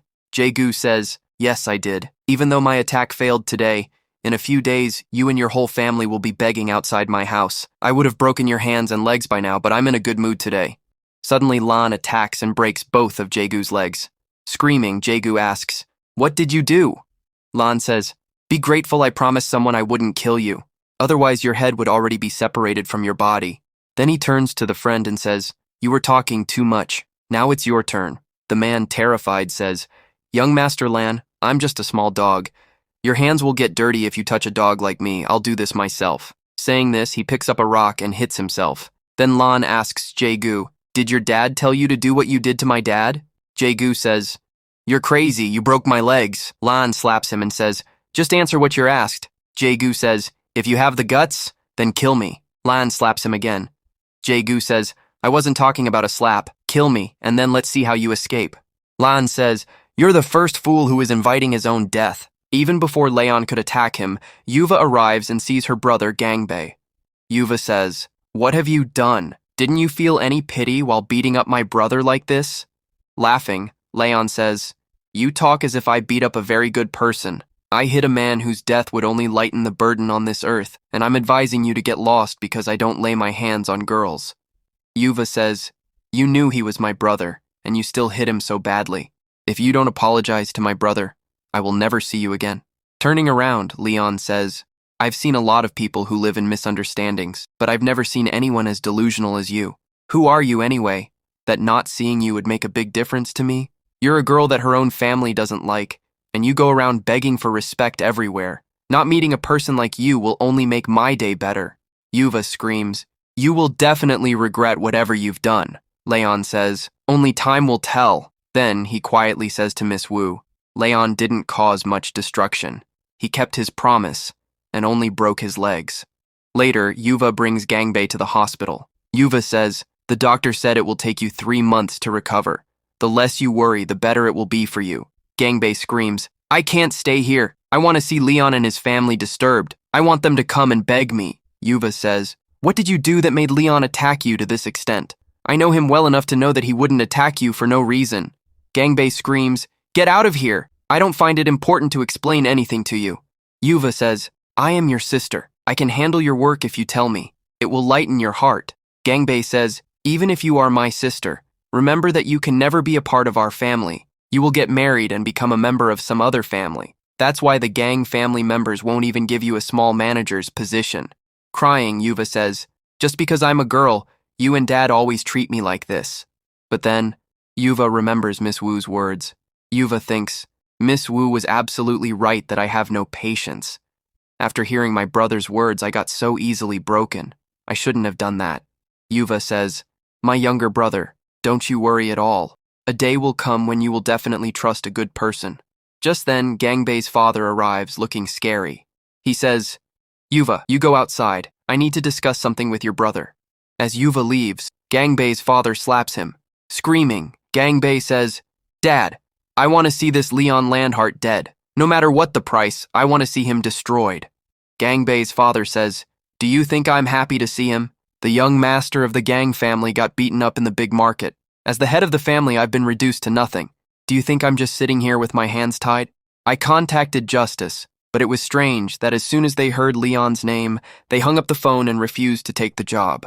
Jiang yells, "Everyone knows that Just Reina only works for money. And from now on, where will the miser get the money to hire her?" Suddenly, his dad slaps Jiang and says, "Don't forget, I'm still the family head. Don't show your arrogance to your friends. You're living off my money." Look, as far as I know, Judge Solji definitely has some connection to Leon. That's why they aren't taking on the job. But we have many other ways to kill Leon. We can still use them to destroy those bastards. The scene changes, and we are shown the Tian Mansion. We see Leon, who is teaching Yulin martial arts on the roof of the Tian Mansion building. Yulin says, "It's so difficult to learn."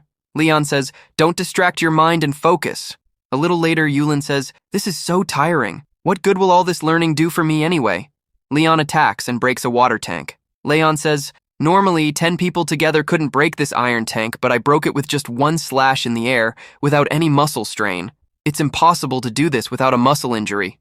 Yulin says happily, "This is amazing." Suddenly, someone yells from below, "I was taking a shower. How did the water stop?"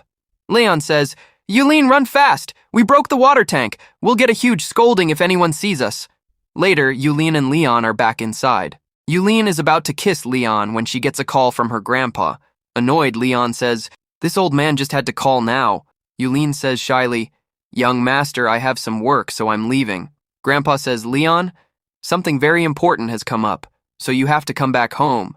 Leon says, "If I find out after coming that you didn't have a good reason to call me, I'll slap your bald head today." Grandpa says, "Leon, did you break Jang's legs?" Leon says, "Yeah, That scoundrel was bothering me, so I punished him. He was lucky that I had promised someone, otherwise I would have broken his neck. Suddenly, Lei's mom yells, "Are you really going to destroy our family?" Leon says, "As far as I know, you were sentenced to stay in your room, right? How did you get out? It looks like our bald grandpa is very two-faced." Hearing Leon's words, Grandpa gets very angry but can't say anything. Moving on, Lei says, "You offended the Zhang family, and that's why they attacked us financially. And today, the price of our stock fell from 10 billion. Grandpa, no matter how bad I am, I have never caused the family such a huge loss." Lei thinks, "Until yesterday, everyone was with you, but just watch how I turn them all against you." Then everyone in the family starts saying that they have suffered a huge loss because of Leon. Leon says, "The loss is not because of me, but because of your foolishness. Do you know that for the past 8-10 years by working in this company, you've hollowed it out from the inside? You all have your own luxuries, for which you've been siphoning off a lot of money. If people like you work in any company, you'll eat it up from the inside. And now, when it's time to place the blame, you're blaming me. Do you know that a person shows their true colors only once? And now I have come to know your reality, so you'll get a very big shock soon." Miss Wu is seen looking at the Lai family's stock. She says that the Zhang family has made a big move against the Lai family. She points out that the company's value, which was 100 billion a short while ago, has fallen to 20 billion. She believes that at this rate, the company will go bankrupt by the afternoon. She then calls Uncle Chen and asks him to start buying the Lai family's stock, stating that they need to increase their influence with them. Uncle Chen expresses concern, saying that she is using her family's power a bit too much, and if the family head finds out that she is manipulating the market, they would get very angry. Miss Wu responds that she is not doing this for the Lai family, but for Lan, and she is confident that they won't suffer any losses because of him. She says she's on her way to the Lai family to witness a great show. Meanwhile, at the Lai family's residence, Lei is thinking about how no one will get angry if he attacks Lan right now. He decides to move forward with his attack. Lan then slaps Lei and kicks him in the butt. Lei complains to his grandfather, "Grandpa, he hit me so much in front of you and you are doing nothing." The grandfather tells him to shut up, saying, "You'll get all of us killed for no reason." Lan says that their decisions don't matter to him and that he is leaving. The grandfather insists, "You have to apologize to the Zhang family. You can't leave without apologizing." Lan retorts, "What will you do if I don't?" The grandfather points to the bodyguards outside and says, "You see these bodyguards? I'll have to use them even if I don't want to." Lan says, "You people are going too far. It's important to finish you all off." Just then, Miss Wu arrives and asks, "Lan, why are you getting so angry? The show has just started and you want to end everything now?" The grandfather welcomes Miss Wu, thinking to himself that if the Wu family helps them, they can definitely prosper. He then tells Lan, "Lan, please seat Miss Wu. This is how we should treat our guests." Lei then complains again, "Grandpa, you know that all these problems are because of Lan. If this was because of me, you would have left me to die in front of the Zhang family by now. But since it's about Lan, you are being very gentle with him." Annoyed, Lan says, "I have been trying to keep my mind calm, but these people have completely ruined it. As long as these people are alive, they will keep causing problems. Today, I'll finish them and end all the problems." Miss Wu interjects, "Lan, remember that you are now the owner of all-time company. Your company's only job is to maintain the power balance between cultivators and common people. If you use your power to destroy the entire Lai family, it would be completely wrong, wouldn't it? Please remember your identity and spare them." Lan thinks to himself that it seems Miss Wu came here to save these people. He decides that he shouldn't get angry because no matter what, they are still his family members. He then asks the grandfather, "What is the price of your Lai corporation?" The grandfather replies, "Well, its value used to be 100 billion, but now it has fallen to 20 billion. Lan says, "I am offering you 30 billion to buy the company. Transfer Lai Corporation to my name right now." Laughing, Lei says, "From where will this beggar get money?" Miss Wu then says, "Leon, I've transferred the money. This isn't a loan, it's my wedding dowry for you." Meanwhile, Leon says, "The money has arrived. Let's sign the contract now." After signing the papers, Leon says, "The Luan Corporation is mine now, so there's no need for you to badmouth my company anymore." Lei says, "You've bought a company that's on the verge of bankruptcy. You may be the owner with a 51% share, but what's the point of being the owner of a ruined company? We now have a full 30 billion in our hands. With this money, the Luan family can live comfortably for years. But what will happen to you now, Leon? To repay Miss Wu's debt, you'll have to be reborn at least 10 times. Miss Wu, no matter how clever you may be, I must say one thing. You made a huge mistake in choosing a partner for yourself. If you had chosen a normal person, you wouldn't have suffered such a huge loss. Miss Wu says, we'll soon find out who's clever and who's a fool. Grandpa says, Miss Wu, the whole drama of our house is over. There's nothing more special to see here. Miss Wu laughs and says, the show hasn't even started yet. When it does, all of you will be left in the dark. Just then, the secretary enters and says, Boss, there's great news. Suddenly, our company's shares have started to rise. In 1 hour, our company's valuation went from 20 billion to 100 billion again. And if this valuation keeps increasing, we'll soon become a company with a $500 billion valuation. Our Lin family will once again become the most powerful family in this city. Shocked, Lei and Grandpa say, What? The valuation is increasing? Miss Wu laughs and says, a company that was about to touch 500 billion was sold for just 30 billion. Truly, only some geniuses can do this. They were happy to sell such an expensive company for such a low price. Leon says, there's no point in wasting time with these fools. Now we need to work on our Luan Corporation again to reach the top once more. Grandpa says, Leon, wait a second. I need to talk to you about something. Leon says, I'm removing all the Luan family members from the positions they've taken in the company. I'm giving you 3 days to take all your stuff and clear out of the Luan Corporation. If people like you stay in the company, you'll ruin it again. Don't ever show your faces around the Luan Corporation after today. Meanwhile, we see Yuhua, who has come to her dad.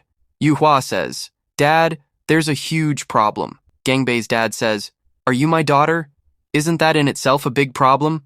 What could be bigger bad news or a problem than that? Yuhua says, Dad, our company's shares are falling at a very high speed. Our shares have already dropped by 50 billion. Shocked, Gangbei's dad says, That's impossible. Our shares will only fall when the Luan family's shares rise. Yuhua says, By the way, Dad, I forgot to tell you. The daughter of the Wu family gets along very well with Leon, and I think if their shares are rising, then the Wu family must have helped them. Yuhua's dad slaps her and says, You fool! You're telling me this now?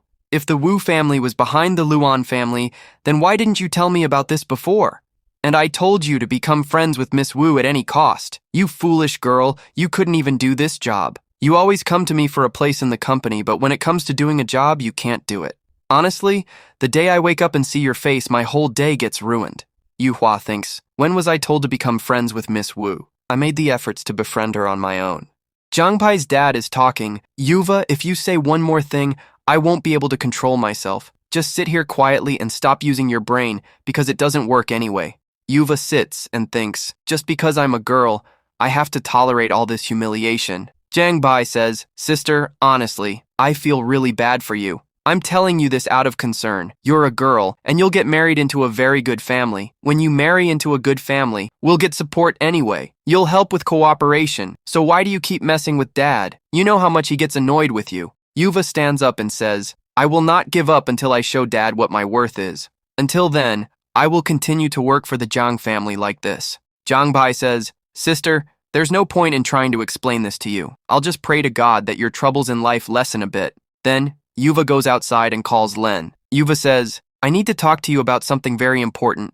Yuva then goes to the park to meet Len. Len says, Yesterday you said you would never meet me again in your life. What happened? You couldn't stop yourself from meeting me for even one day? Yuva says, You're joking after you destroyed my family? Len says, Look, I had no intention of destroying them, but if someone comes to destroy me, I won't sit by peacefully either. Yuva asks, What was the condition under which Miss Hu agreed to help you? Len says, Do you know there's something called friendship, where people would even die for each other? So helping is a very small thing. You're a girl. I know you must have something cunning going on in your mind, but don't worry, I didn't sell my body for this help. Yuva says, Why don't I have friends like that? Sitting, Len says, Don't take this the wrong way, but you are a very two-faced person, and two-faced people never have friends. Yuva says, Len, I came here to tell you that I'm ready to be your girlfriend. Len says, But when did I ever ask you to be my girlfriend? Yuva says, Look, don't act. If you leave my gang family alone, I'll become your girlfriend. Standing up, Len says, Every time I meet you, you always disappoint me. What diamonds are you made of that I should be dying for you? You're an ordinary girl that you can find on every street corner, yet you act like you're not. Yuva says, You always wanted me to be your girlfriend, didn't you? If you don't want this, then tell me what you want in exchange for leaving the Zhang family alone. Len says, now you're talking business. If you can get me 51% of the Yang family's shares, I'll definitely leave you all alone. Yuva shouts, you're asking for too much. This is absolutely impossible. How can I get you the ownership of the company? As he leaves, Len says, if you don't have the authority, then why did you even come to talk? Next time, only come to talk when you have the authority. The scene changes. We are shown a scene at All-Time Company. Chairman Lu Sheng is speaking. Miss Wu, Lannon was just seen with Miss Yua. Miss Wu says, is that so? Chairman Lu Sheng says, as far as I know, you like Lannon. Aren't you worried at all after hearing that he's with a girl? Miss Wu replies, that's not important right now. Tell me, is Uncle safe? Chairman Lu Sheng says, yes, he was attacked, but we rescued him in time. We're bringing him back now. By the way, Miss Wu, if Lannon met with Yua, they must have discussed the Jung Group's operations. If Lannon falls for their tricks, don't you think all your hard work will be for nothing? Miss Wu says, what do you think? Did you really think I hadn't considered all of this? I know what he's doing right now. Chairman Lu Sheng says, why aren't you saying anything? Your dad is quite angry about what happened recently. Our family isn't gaining anything by getting involved in the affairs of the Lanart and Jung families. Miss Wu says, let him be angry, I'll handle him. And as for Lannon, I know he'll get a good profit from the Jung family. He just made one mistake here. He should have held this meeting with Zabai, not Yua. I'll get my revenge on him for this when his dad arrives. The chairman laughs. I knew you cared a lot about Lannon. Just then, Hong Li rushes in saying, Chairman, we have a problem. The Jung family has hired the assassin from the White Order set, and as far as we know, an attack on Lannon and his family is imminent. The chairman says, if Lannon is attacked, we'll handle it. Station our guards around his family's residence. The scene changes. We see Zabai's father sitting in a restaurant. Zabai's father says, Brother Lu, we've been friends for years. You know my company is facing some problems. Can you help me deal with the Wu family? As soon as he hears the name of the Wu family, Brother Lu hangs up. Zabai's dad gets angry and says, all my friends turned out to be two-faced. I've helped them so many times, but now when I need help, no one is willing to step up. And all of this is because of the Wu family. Their influence is so incredible that no one is coming forward to help us. It looks like I'll have to get help from old Wang now. He then makes a call saying, Brother Wang, I'm ready to agree to your terms. Can we meet tomorrow? Bring your son, and I'll bring Yua. I'm sure my Yua will like your son. Just then, Sentis sits down next to him. Sentis says, Mr. Zheng, I have to hand it to you. You paid a hefty sum to hire me. Mr. Zheng says, what I've paid you so far is nothing. I can pay you even more for the real job. Sentis says, how much do you think I'd charge for more work? Mr. Zheng says, I want the Lanart family to be completely wiped out.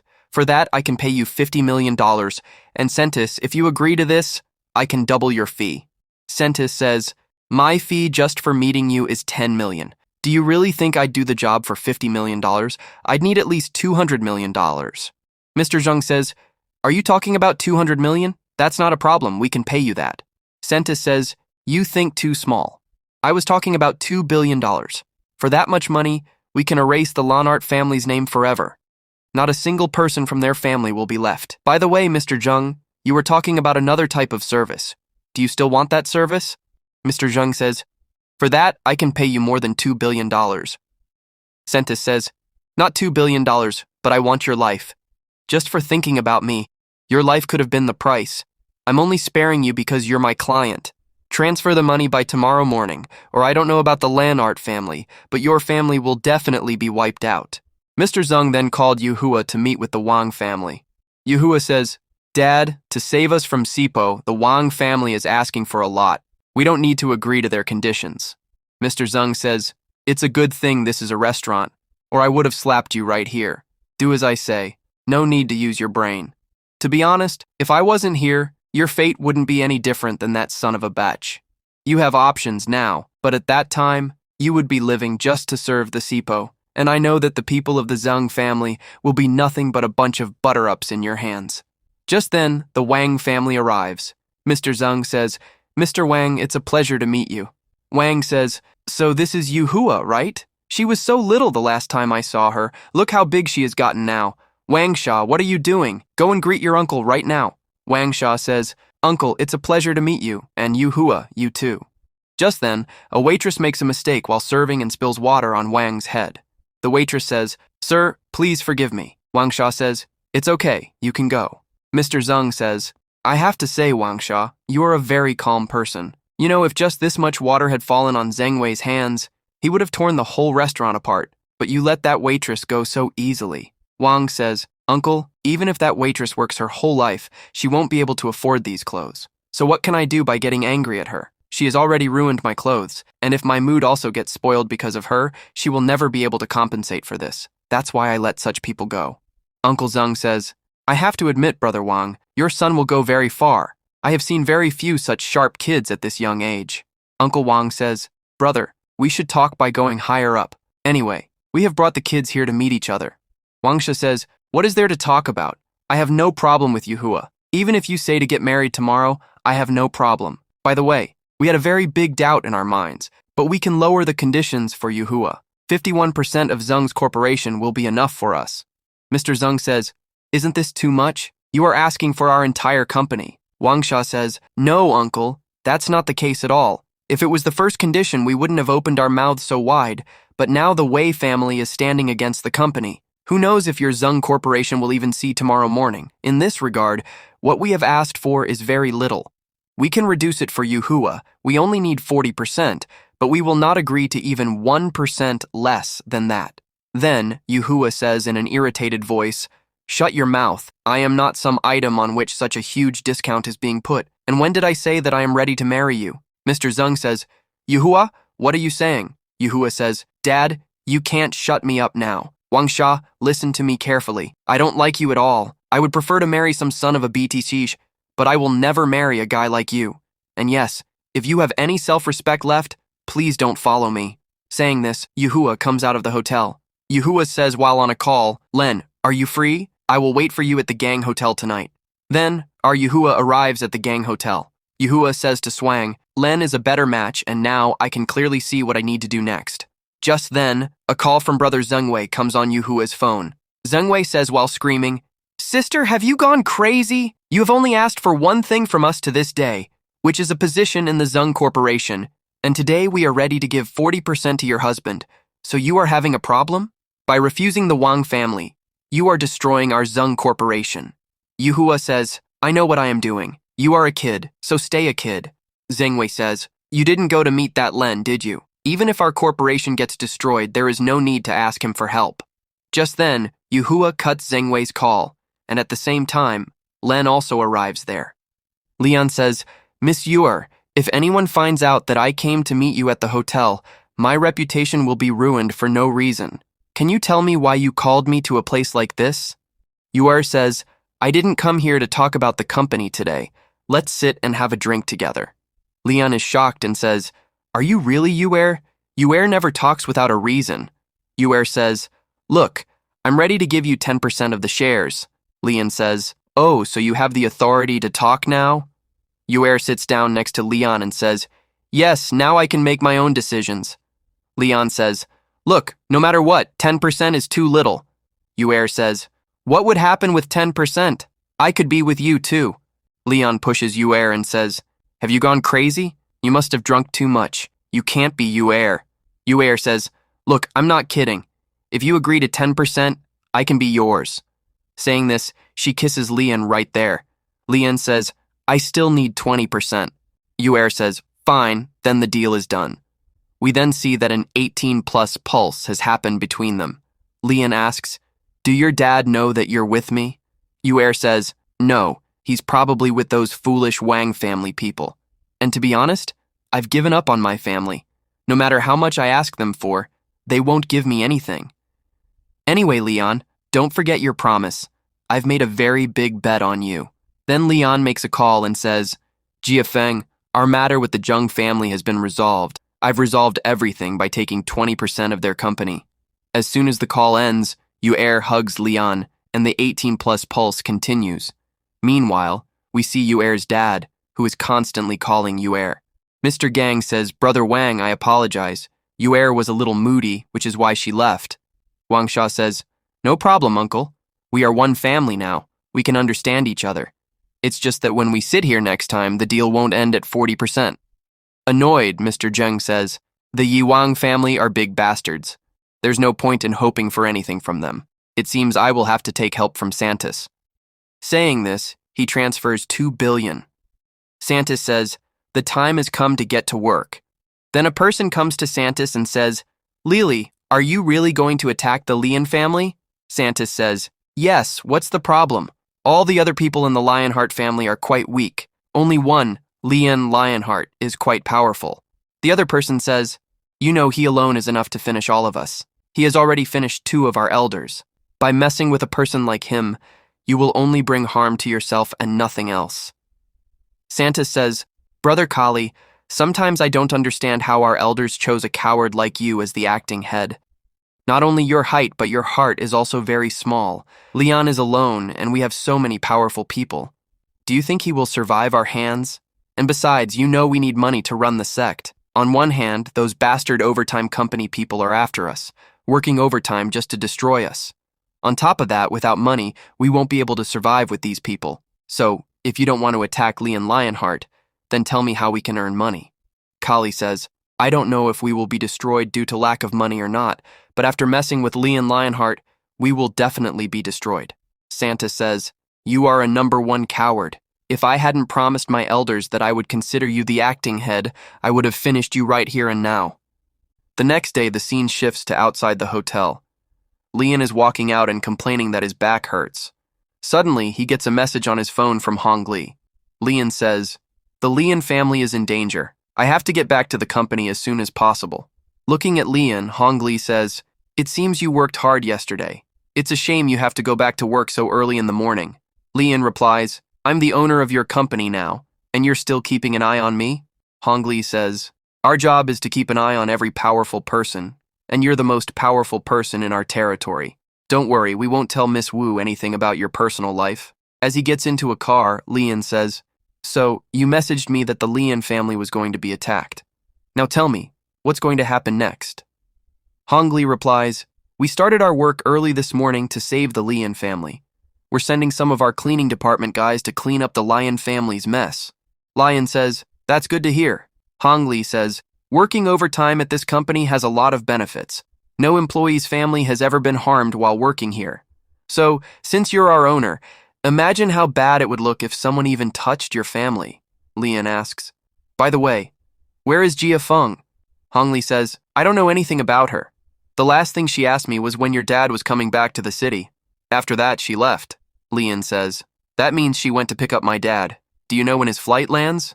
Hong Li replies, I think they're on their way home right now. Don't worry, we have some people to handle their security. Lion says, those people aren't capable enough to stop the White Lotus sect. I'm sure the Zhang family paid them extra to kill my dad. Meanwhile, we see Miss Wu and Leon's dad driving home. They're talking about Lion when suddenly some cars start following them. Uncle Chen says, Miss, please hold on tight. I'm going to speed up. He then drifts the car and hits one of the pursuing vehicles.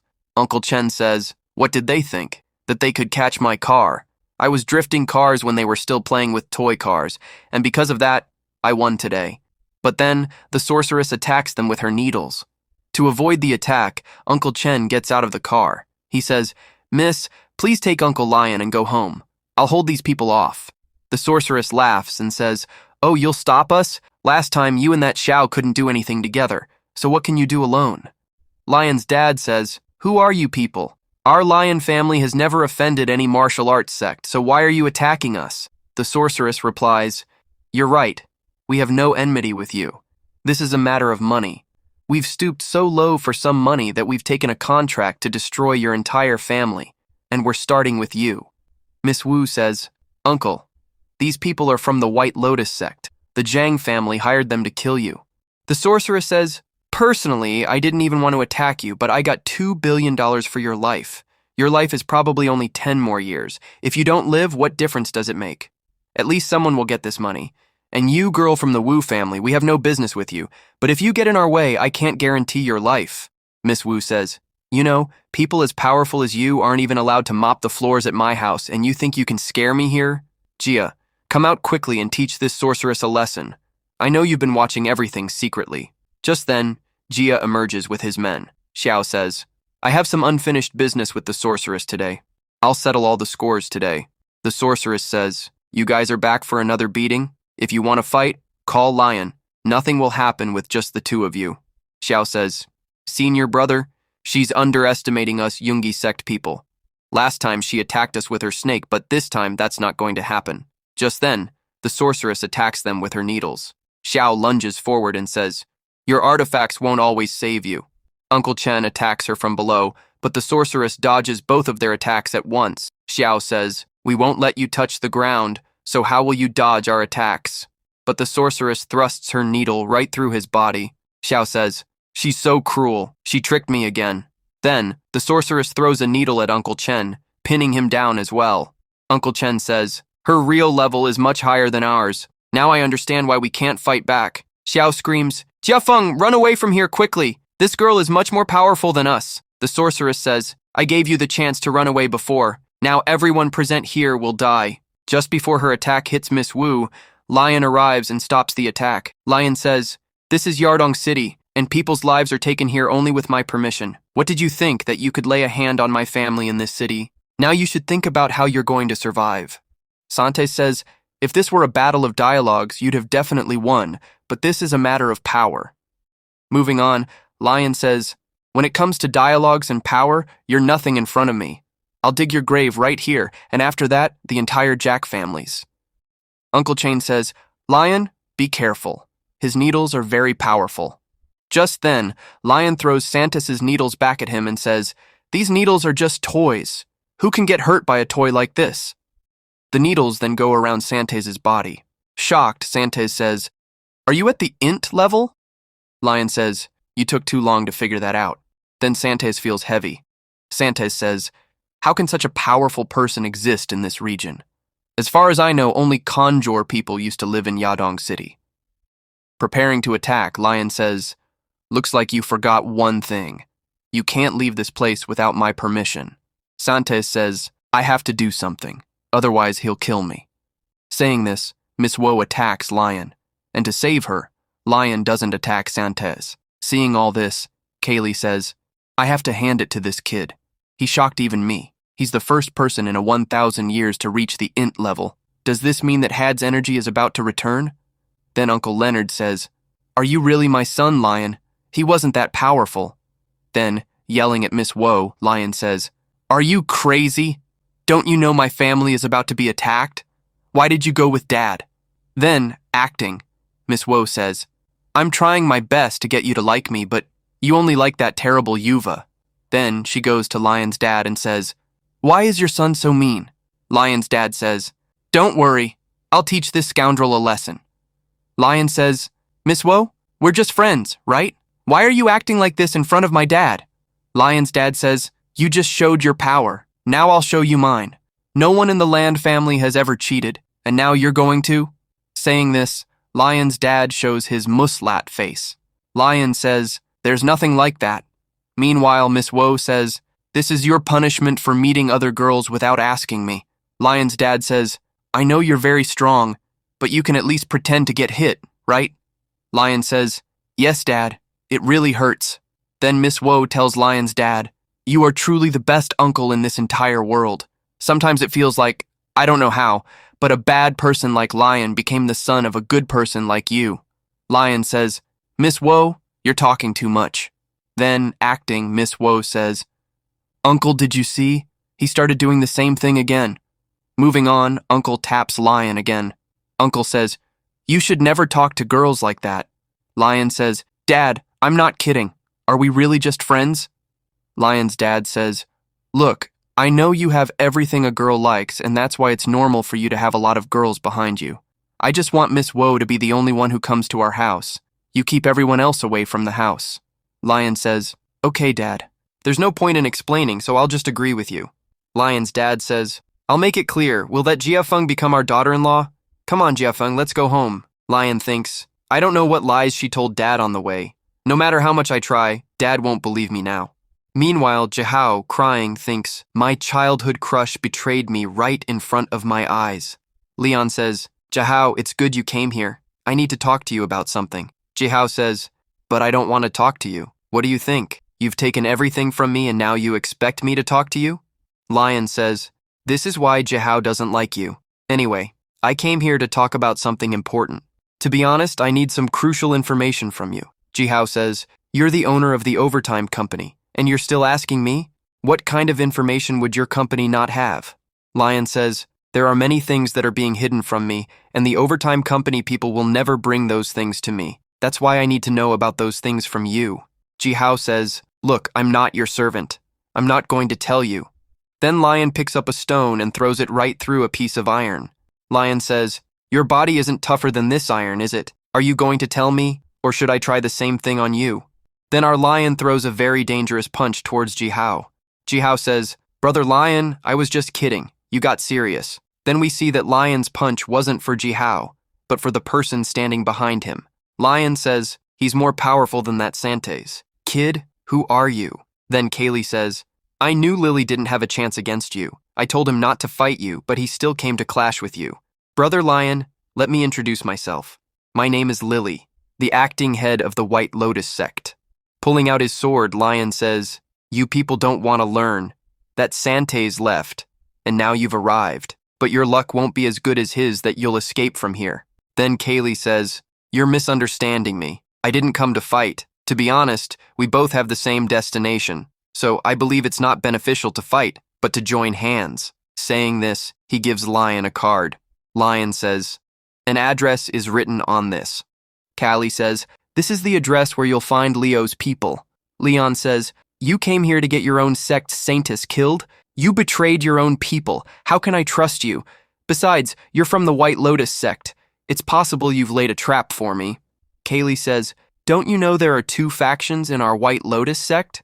One of them is led by the Saintess, and those people will never want me to be the sect leader.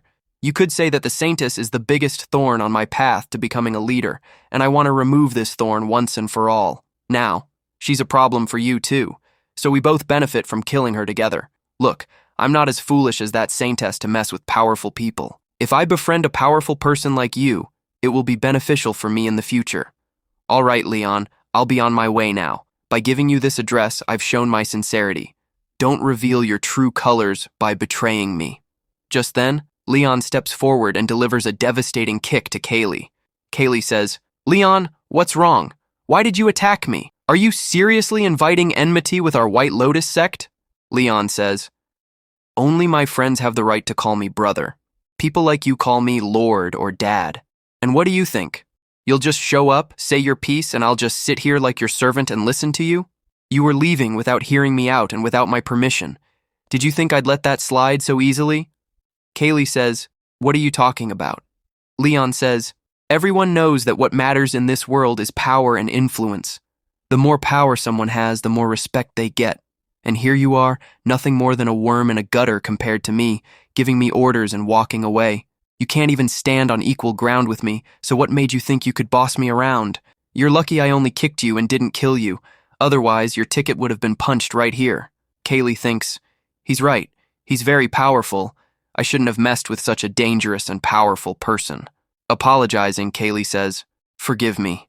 I shouldn't have been so arrogant in front of you. Lord Leon, I need to form an alliance with you. I gave you the address, and I have many more secrets to tell you. Do you know why Earth's energy has depleted so much? The Earth used to be very powerful, and we can bring that energy back. I'm sure you'll help us revive Earth's energy. Okay, Lord Leon, I've said what I needed to say. I'm leaving now. Just then, Leon says, did I give you permission to leave? You're trying to do the same thing again, saying what you want, and then trying to leave. Look, I'm normally very busy, and I don't have time for small-time things, but your White Lotus sect has been bothering me and wasting my time, so they have to compensate me for it. All things considered, it comes out to at least 10 million. Give it to me right now. You're the acting head of the White Lotus sect. You must have plenty of money. Look, I know you don't want to become my enemy, so just transfer the money quickly. Irritated, Kaylee says, Lord Leon, you're going too far. Leon says, yes, I am. Do you want to fight me? Do you know I have a company called Overtime Company? If I take you there, you'll be treated as a chief guest. Tell me, should I let them know you're here? Do you know that if I wanted to, you couldn't move, and after they arrive, you'd be in jail for the rest of your life? Kaylee gives Leon the money. Kaylee says, don't tell the Overtime Company about me. Our situation is already bad because of them. If they come here, we won't have any chance of surviving. Leon says, at least you're much smarter than that saintess. Kaylee says, there's no password for this card, and it has 10 million on it. I hope the next time we meet as friends. Jiahu says, Leon, honestly, you're a very powerful person. Why do you care so much about money? Normally, such powerful masters don't care about money at all. Leon says, even if I told you, you wouldn't understand. That's why I'm not going to explain it to you. Leon thinks, it's been a while since I've seen Yulin. I should go see what she's up to.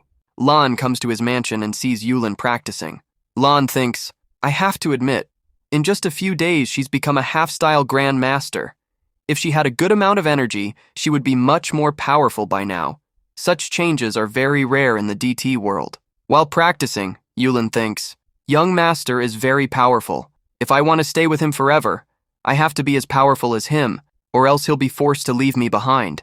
Just then, Lan approaches and says, you're moving the sword too harshly. Honestly, don't use your mind when you move the sword. Just follow the direction your hands are taking it. Feel that your sword and your body are one. Yulin says, young master, you've explained this to me so many times, but no matter how hard I try, I just can't do it. Lan says, it takes people years to master this, and you've learned this technique so well in just a few days. If you could master it so quickly, you wouldn't be a genius, you'd be a monster.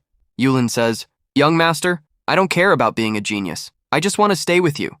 Lan says, I want us to never be separated either. That's why it's so important for you to become powerful. We'll solve all the matters here soon, and then we'll have to go to a new place to settle some scores with some new people. But until then, you don't need to take on so much pressure. We still have a lot of time before we have to go there. Just then, we see Lei and his mom have arrived below the building. Lei says, Mom, this is the place where that scoundrel lives with Yulin. Even if you give the keys to heaven to a worm, it'll still live in a gutter. Even after becoming the owner of the Mu Corporation, that idiot is living here.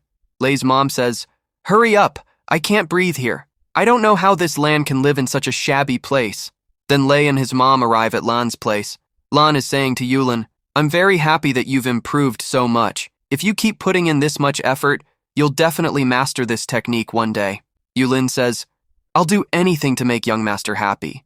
Just then, Lei's mom says, you people are shamelessly talking about these things. You really have no shame.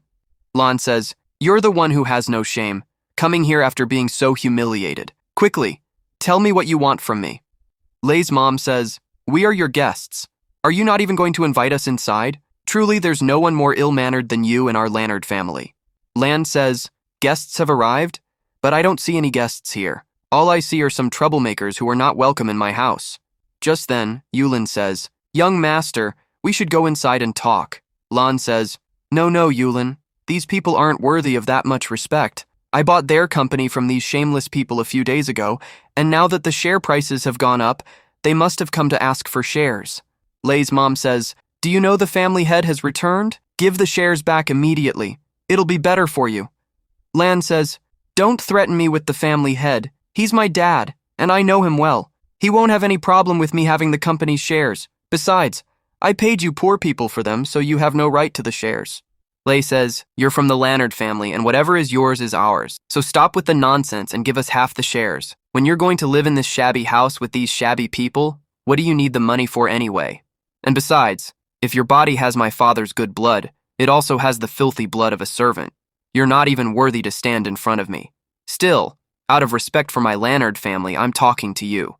Just then, Yulin steps forward and slaps Lei. Lei says, how dare a maid slap me?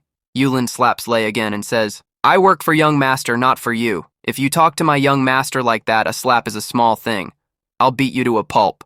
Crying, Lei says, Mom, she hit me. Do I not even have this much respect in my family that a maid can slap me? Grabbing Lan's collar, Lei's mom says, how dare you let my son get slapped? It seems I need to show you who I am. Meanwhile, Lan thinks, Yulin did a great job today. It would be even more fun if she slapped him twice more. Anyway, it's good that Yulin isn't scared anymore like before. As her young master, it's my responsibility to boost her courage. Then Lan grabs both Lei and his mom by the collar. Lan says, do you know we're on the second floor right now? If someone falls from here, not even their bones will be left. Lei's mom says, are you trying to kill us in broad daylight? Lan says, no, why would I kill you? You're my family. Today I'm going to show you what happens after jumping from the 16th floor. Then Lan jumps from the 16th floor with both of them. Lan says, "I've got you. Don't worry. At most, you'll just break your arms and legs." Then Lan puts them in a car. Lan says, "When you get home, tell Dad to keep these two in check. Otherwise, if I get out of control, these two will never return home. I've taught them a lesson so they'll never come back here. But still, give Dad my message." The driver says, "Yes, young master. I'll tell him." At the same time, the driver thinks, "I saw him jump from the 16th floor with them. How did they survive? That young master, who I've seen being abused his whole life, how can he be so powerful? I used to mock him too, but I'll never make that mistake again." Yulin asks, "Young master, is this punishment enough for them?" Yan replies, "Don't worry. From now on, they won't have a single peaceful night. It'll take them years to get over this trauma. And maybe this is the last time they'll bother us, because whenever they even think about approaching us, they'll remember this scene on the floor. Anyway, Yulin, you should go and rest. I have something to do. I'll be back after I'm done." Then, Loon gets into a taxi and heads to the address given by Kali. After arriving at the address, Loon says, "I've lived for thousands of years and gained a lot of experience. And I've only learned one thing. If you have absolute power, no trap or scheme can harm you. Kali sent me here to kill the head of the center so she could clear her path in the White Lotus sect, but I know that the White Lotus sect is full of scumbags. If you trust anyone in a sect like that, you're the biggest fool of all." Meanwhile, a shouting Mr. Zheng says, "Saint, you said the Lian family wouldn't see the light of day, but they're living their lives peacefully. Is this how you work after taking money from people?" Saint replies, "I didn't know the Lian family was protected by the Aura Time Company. Give me a little more time, and the job will be done." Moving forward, Zheng says, "How much more time do you want? We'll give you time, but will the market give us time? Don't think that just because you have a pretty face, I'll let you go. If there's any trouble with my Zheng Corporation, I won't spare you. If you don't have money for compensation, you'll have to compensate with your body." Saint replies, "So you'll take compensation from me, and to show your power, you've put your hand on my feet? Do you know the last person who did this was 3 years ago? And if you want to meet him now, you'll have to dig 7 feet into the ground." Just then, pushing his son, Mr. Zheng says, "Are you crazy? You'll mess with Saint and get your whole family destroyed?" Zheng Bai says, "Dad, why are you suddenly respecting women so much? She's just a normal girl like my sister, and it's the Zheng family's custom not to respect women." Mr. Zheng says, "Saint, he's a complete idiot. Don't pay attention to what he says. I'm ready to increase the price. Please forgive him just this once." Meanwhile, Saint says, "I hate people with this kind of mentality." Saint then remembers working for her master 3 years ago. Crying, Saint says, "Master, I considered you my father. Even after that, why are you doing this to me?" Her master says, "You know the White Order sect is our family's heritage. And because of this, it's the duty of every lady working in the White Order sect to serve us. You know, becoming a saint doesn't mean you have to handle outside responsibilities. The other boys will do that. Your only role is to please your master." Grabbing her master's collar, Saint says, "But why are you doing all this? You don't have a shortage of women, do you?" Her master punches her and says, "You have a very pretty face. If you didn't, you would never be in the White Lotus sect. You know, before your father died, he told me to take care of you, and I'm just fulfilling my duty. Remember, in the eyes of a real man, women are nothing. You're just an object for me to be happy with. You have no other existence besides this. The sooner you understand this, the better it will be for you." In the present, Saint says, "You know, your character is exactly like the person I hate the most. Now answer my question, or I'll kill you. Did you like me because I have a pretty face?" Nervously, Zheng Bai says, "Yes, you are very beautiful, but I don't have any bad intentions toward you. I see you as a goddess." Zheng also thinks, "This is the first time I've seen a girl that scares me. It feels like one wrong answer could erase me from existence." Saint says, "Mr. Zheng, your son thinks so little of me. Now you tell me what should be done with your son. Why can't a real man stand by his words?" Then Mr. Zheng says, "Saint, please, in exchange for forgiving him, accept 100 million. Saint says, 100 million? That's too little. It seems not only the son but also the father underestimates me. Maybe he was right. Your family doesn't value women at all." Then Mr. Zheng says, "I'm ready to give you 1 million. Please forgive him." Walking away, Saint says, "It's a good thing I need the money, or this wouldn't have ended here with money. Still, this idiot needs to be punished." Saying this, she attacks Zheng's private parts and destroys them. Shouting, Mr. Zheng says, "What have you done? You promised you wouldn't kill my son, but you ruined his future. Saint says, look, I promised I wouldn't kill him, but it was important to teach him a lesson. Now I'm confident that he will become a very good person in his life. Lean thinks, after seeing all of this, that this girl is really cruel, but to be honest, he really likes her cruelty. Just then, Leon notices another car arriving. Leon thinks that this family drama is about to get even more intense. Meanwhile, Yua gets out of the car and says, the location of Zhang's car is showing up right here. He and Dad must be here. Today is the day I have to take all the responsibility on my shoulders, and I'll do whatever it takes to do so. Inside, a man reports to Sentos, Brother Sentos, a girl has arrived. Sentos says, do I have to tell you not to let anyone in? Just get rid of her, and do it cleanly. Just then, Mr. Zhang notices that the girl entering is Yua. Mr. Zhang says, Sent, please don't do anything, that's my daughter. Sentos says, Mr. Zhang, you said it would only be you and your son. How did your daughter make a wild card entry here? If anyone else comes after this, I'll get rid of them without asking you. At that moment, Yua enters and says, I didn't come here with Dad's permission. I came of my own free will. I don't need anyone's permission to do what I want. Sentos says, Mr. Zhang, I really like your daughter. I think your daughter is more capable than your son. Stepping forward, Mr. Zhang says, I'll show you just how capable she is. He then slaps Yua and says, why did you come here, sister? Didn't I tell you that girls can't handle dangerous things? You came here like a fool despite being told not to. Yua says, Dad, look, I know what I'm doing, and because of that, I'm not backing down this time. Look, Sentos, I'm the eldest daughter of the Jack family and the future head. I have no idea what you and Dad talked about, but I'm telling you to protect our Jack Corporation, and in return, I'm willing to give you 10%. Sentos says, my name is Lily, and I'm the Sentos of the White Lotus sect. Miss Yua, I have to say, your offer is truly amazing. But tell me, your entire family is present here. By using my skills, I can get rid of you and take over the entire corporation. So why would I settle for just 10% with you people? Then, stepping forward, Mr. Zhang says, please, Sent, calm down. Our family has a small business. It won't be profitable for you. We're willing to give you whatever Yua offered, but please don't attack us. He then slaps Yua again and says, as soon as you got here, you caused such a huge loss. Even with our company's valuation dropping, it was still worth $180 billion. 10% means $18 billion, and my deal was for only $2 billion. If you can't even do such a simple calculation, what kind of head will you be? Your brother is injured. Go take him to the hospital immediately, because if you stay in front of me, I don't know what I'll do.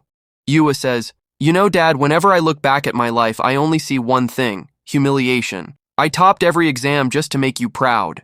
Zhang barely passed, and I always topped, but still, I never saw a smile on your face because of me. You know, everyone in college used to say that if I even touched dirt, it would turn to gold, but you people brought me down so much that I lost all faith in myself. And why can't you have faith in me? Is it just because I'm a girl? Or is it just because you have a replacement for me? Okay, Dad, I'll do whatever you said. I'll listen to you one last time. Then, Zhang brother throws a can at Yua and says, do you have henna on your feet? Do you know that everything that's happening here is because of you? You claim you want to do so much for the family, and when the real opportunity came, you ran away from the Bang family. This is my condition only because of you. Dad must have done some bad things for you to be his daughter. Yua says, I changed my mind about what I came here to do after seeing you people, but you proved that what I was thinking was absolutely right. Brother Zhang, at least in your next life, try to be a better person. Saying this, she stabs Brother Zhang with a knife. Yua says, Dad, you never had faith in me because you had a replacement for me. That's you. When there's no replacement left, who will you have faith in? Mr. Zhang shouts, what have you done? He was your own younger brother. Sentos claps and says, this girl is exactly like me. Or should I say, she's a little more degraded than me. I killed the one who raised me, but he wasn't my blood. He was just thinking of doing something bad to me. But this girl has killed her own blood. She's my favorite now. Yua cries and says, Dad, will you have faith in me now? Trust me, I'm much more capable than Brother Zhang, and I won't disappoint you at all. Sentos says, by the way, sister, would you like to join this sect? The doors of the White Lotus sect are always open for people like you. Mr. Zhang cries and says, I don't need to work with you to destroy the Sentos and Linhart family, because I have nothing left to achieve. I'm taking my son and going back home. Sentos says, You two can go back home, but your daughter can't. Lion thinks that it's not good for Yua to be with Sentos, because he knows that with all the hatred inside Yua, this girl can make her even more dangerous than herself. And usually he doesn't care about their matters, but now that Yua is his, he doesn't like it when someone takes his things. Leon, who is on his way, says, "Lily, there's been enough drama for today. Look, Mr. Zhang just lost his son, and if you take his daughter away from him too, he will have no reason left to live. You can't be so cruel to a father." Santa says, "Leon Linhart, I'm not interfering with your family right now, so why are you getting involved in the murder of me and Jack's family?" Leon says, "That's why. Because I have the power to interfere. Moreover, I have 20% shares in Zheng Corporation, so as a partner, it's my responsibility to look after my partner's mental health. That's why I'm telling you that you can't take Yua with you." Santa says, "I thought you came here to fight us so you could destroy our entire White Lotus set today." Leon says, "If I wanted to kill you, I would have done it in the market today. But unfortunately, I am the owner of the all-time company, and my company's principle is that we don't kill anyone. And as the owner, I can't break my own rules. That's why all of you are still standing. Otherwise, when we first met, I would have sent you to the grave then and there. But I'm not going to let you people go for free. As far as I know, you took $3 billion from Mr. Zheng. That's a lot of money for 10-15 people. Give me half of it and get out of here with your people. I promise you that from today onwards, the company's people will never create any trouble for you again. I will take you with me to the company and clear your name forever. I know you people are on the company's blacklist, and that's why you've been running for a year. But I'm offering you to close this matter forever in exchange for Dare Blance." Santa says, "What if I kill you right now? Then I won't have to pay you. Anyway, look how many people we have here. This place is mine. This time is mine. Do you think you can beat me?" Leon says, "This place is yours. These people are yours. And the illusion that you can defeat me is also yours. Do you know what I have here? I have the truth. It's an illusion that you can defeat me with so many people. And it's the truth that I can finish all of you in one stroke." Saying this, Leon attacks them, causing the ground around them to explode. Leon says, "I didn't do this to the ground. I did this to you people. Now, maybe one of you will dare to step forward. Look, if some of your dreams are traitors, they will finish you off today or tomorrow. It's better to join the right people and live a good life." Santa says, "That means that Kalita betrayed us. I had high expectations from that 4-foot guy." Leon says, "Yes, that Lee Kalita came to me and gave me your address. He clearly wanted to use me to finish all of you. Look, Lily, you are a very smart person. The set you work for wants you dead. You don't know when you will go on a mission and not return. It's better to support us instead of them. If you confess your sins and support the company, I promise you will be able to live a very good life." Lily says, "Okay, I accept your offer. But what will you do with the gang family? That fat gang paid me to kill your entire family. His son is dead, but his daughter and he are still alive. So, if you want, you can kill these people and end the gang family's story forever." Leon says, "There's no point in killing Mr. Gang because now he's going to live a life that will be more dangerous than death for him. And as for Yua, Yua is one of my people. That's why I won't attack her either." Santa says, "This is amazing. The Line family is already under your control, and now I'm finding out that the Gang family's daughter is under your control. You are the owner of the majority of the company's shares. I knew your influence would be this dangerous. To be honest, if Mr. Zheng were even half of what you are, he wouldn't be in this situation today. And I don't want to be destroyed by going against you. Leon Line, I'm trusting you. I hope you won't betray me." Then she tells her men, "I'm going to the room. Until then, all of you hide. Don't trust anyone until I return." Santos asks, "Aren't we taking those people with us?" Leon says, "There's no room for all of them in the car, and anyway, they need some time to recover now." Crying, Mr. Zheng says, "You know, Yua, everything I've done until today, I've done to keep you away from danger. Seeing me, you might think that after reaching my position, you will get a lot of respect and power, but you know, from where I see it, I don't see respect and power, but only and only danger. I don't even know if the person I trust is my friend or my enemy. That's why, despite having power, there is no happiness after reaching this position." Yua says, "Whatever it is, I want this position.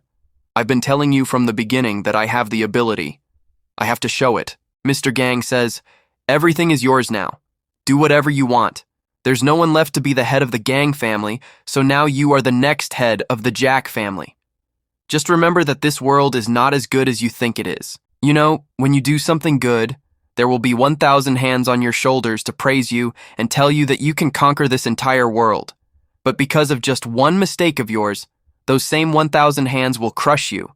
If you can't support them, they will finish you off. To be honest, I knew from the beginning that you were much more capable than Zhengwei, but I didn't think a girl from the school world could deal with this. You think, what reason do I have to treat you differently? You are my own daughter. I know that he is 10 steps behind you in every matter, but in one thing, he was much ahead of you, being ruthless. I knew that maybe our family would never progress under his control, but I was confident that he would protect our family under any condition. That's why I kept you away from all these matters. But I didn't think that thinking good for everyone would destroy my family. Yua says, Dad, trust me, I won't disappoint you. Mr. Gang says, now all this doesn't matter to me. Do what you want to do. I will tell everyone that Zheng's death was in an accident, because if the world finds out that a sister killed her brother, this world will not let you live either. By tomorrow morning, all the company's shares will be in your name. Then, slapping himself, he says, I have never felt so helpless. If someone else had killed my son, I would have thought of revenge. But what can I do here now? Should I kill my own daughter for revenge? All the fault is mine. Only because of me, my children turned against each other. Crying, Yua says, Dad, I promise that under me, the Zheng family will progress a lot. Mr. Zheng says, I told you that none of this matters to me. If you want to progress, do it, or destroy this entire empire. But as a dad, I want to give you one last piece of advice. I still believe that you can't stand against this cruel world. As long as you stay in the shadow of Leon Leinhardt, the world won't be able to harm you. That's why, no matter what, you must always be Leon Leinhardt's shadow. Because if you stay with Leon Line, what happened to Zheng will never happen to you. Okay, I'm leaving. And yes, don't ever call me Dad after today. Because along with my son, my daughter has also died for me. Leon speaks. So, you killed your own brother. How does that feel? No matter what you say, you've done a terrible thing. I would give you a ride home, but a man with enough power to kill his own brother must have enough strength to walk home alone. Now that you've said all this, you need to remember your responsibilities. Your gang family shouldn't starve in your dress. Yua responds, Yes, I know I did something very wrong. I probably won't be able to forgive myself for my mistakes. You should go, Leon. I need some time alone. As she leaves, Sentence says, You said she was your girl, but you left her alone in her time of need. To be honest, your taunts must have stung her like thorns. Leon replies, I know Yua is a very strong girl. If she survived the betrayals of her family, my taunts are nothing to her. I only feel bad about one thing. If she had learned to speak up for herself earlier, she wouldn't have had to take such a drastic step. Now, no matter how much she runs, this guilt will eat her up for the rest of her life. But I'm also happy for her that she can now do things on her own. Anyway, enough about her. To be honest, you're not very good at talking to people. Sentence says, What do you mean? I am much better than Yua. I learned to stand up for myself a long time ago. You told me you wanted to ask me something. What was it? Leon says, The energy of the earth has decreased a lot. What happened in the past that caused the earth's energy to disappear completely? Lily slams the brakes and says, How would I know about such a big thing? Only the 4 major sects would know about this. I don't know anything about it. Leon responds, Do you think those 4 major sects would tell me just because I ask? Besides, I don't know any of them. Also, your White Lotus sect is very old. It's impossible that you don't know anything about this matter. Lily says, I bet that scoundrel Kali must have told you about this too, right? How low will he stoop to kill me? Leon replies, You can tell me. I won't tell anyone. Yua explains, Our sect was not called the White Lotus sect before. Our name was Pure Soil sect, and we were quite popular as the Purity sect. At that time, the Zhanggi sect was a very large and powerful sect. 2,000 years ago, their leader achieved immortality. After that, he left the earth and went to the heavens. But one day, he returned and destroyed all the dragon veins of Kulun. The Kulun dragon veins provided energy to the entire earth, and after their destruction, the earth's energy gradually decreased, and now it has become so low that it is very difficult for anyone to even reach the foundation stage, let alone achieve immortality. And now I can guarantee that 1,000 years from now, the special energy of the Earth will have become so low that it will be completely impossible for normal people to survive here. All kinds of diseases will engulf the Earth, and humanity will be completely destroyed.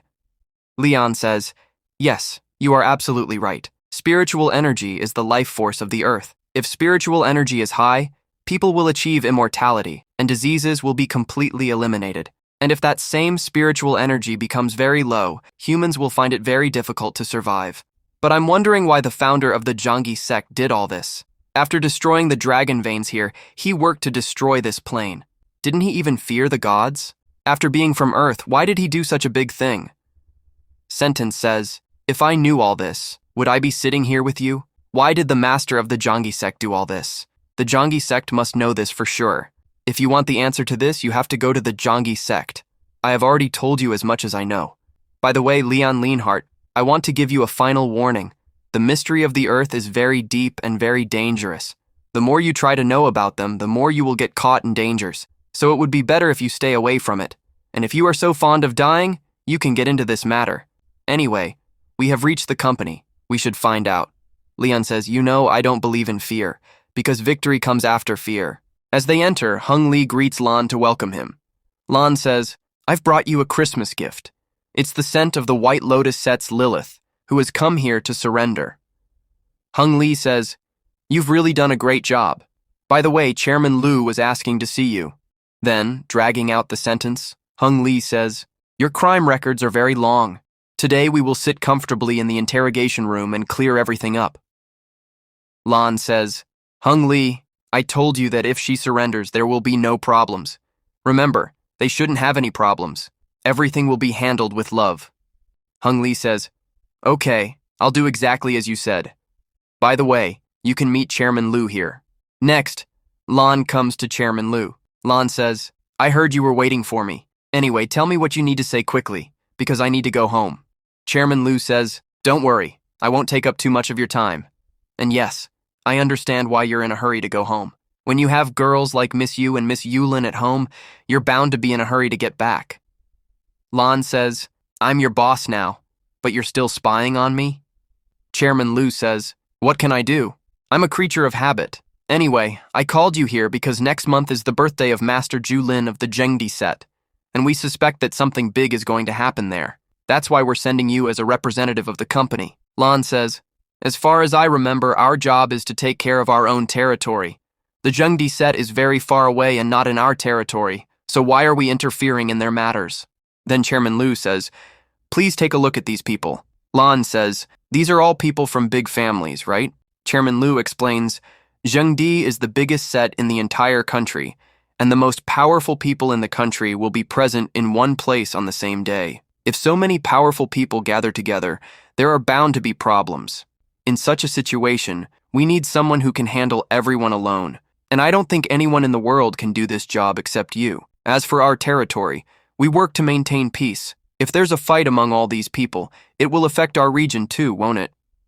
Lan says, "If I have to stop the upcoming fight, it means I can use my power, right?" Chairman Liu says, "Yes, that's why we called you. Powerful people don't understand the language of words. They only understand when someone more powerful than them stands in front of them. Yes, you know our condition, right? We don't kill anyone. Besides that, anything goes." Lan says, "This means I can break their hands, feet, and every single bone. There only a single breath should remain." Chairman Liu says, "Yes, if they're still breathing, that's enough. Our Miss Hua will also be going to the Zhengdi set with you. Please take care of her a little." Lan says, "Don't worry. Taking care of Hua Jiafeng is my responsibility.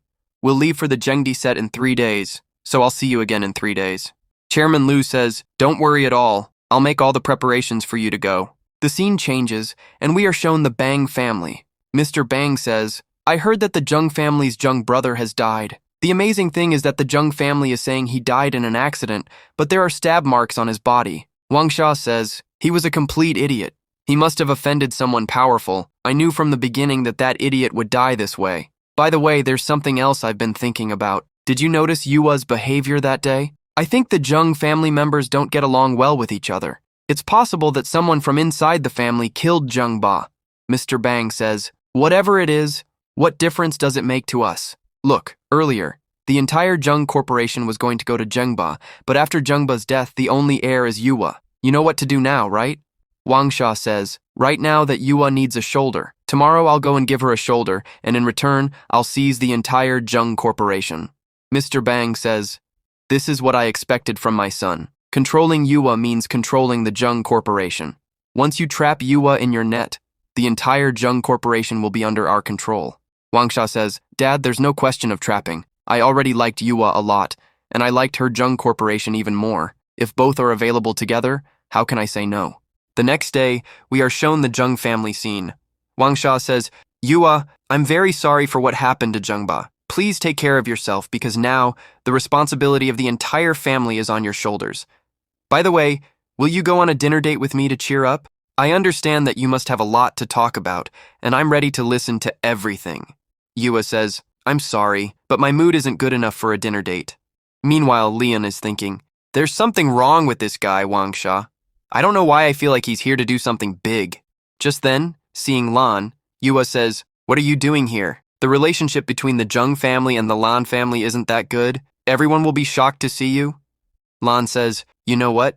What's the point of holding a grudge against a dead person? And anyway, I'm here to show that no matter what happens, I will definitely keep my promise. Now, whether it's good times or bad times, Lan Lian will always be there to protect you. Wang Sha says, it seems like Mr. Lan has a great fondness for being a hero, but let me tell you, I'm Miss Yua's fiancé, and I'm enough to protect her. You don't need to protect anyone here, and everyone knows what you did with the Jung Corporation. Lion is speaking, are you Yua's fiancé? When did you two get engaged? And Yua, why didn't you tell me about this last night?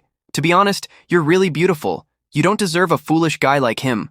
Wang Sha replies, Mr. Lionheart, you're saying too much. I admit that the Lion family is doing well these days, but if your tongue keeps wagging like scissors, it won't be long before the good days are over. And remember this, from now on, don't ever wander near Yua again.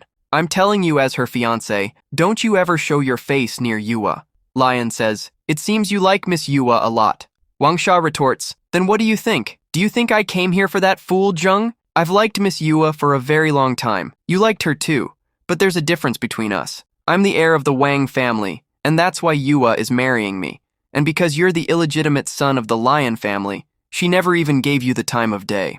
Lion says, by the way, did you know that Yua and I met last night? We talked for a long time. Do you know what we were doing all night? Wang Sha asks, what are you trying to say?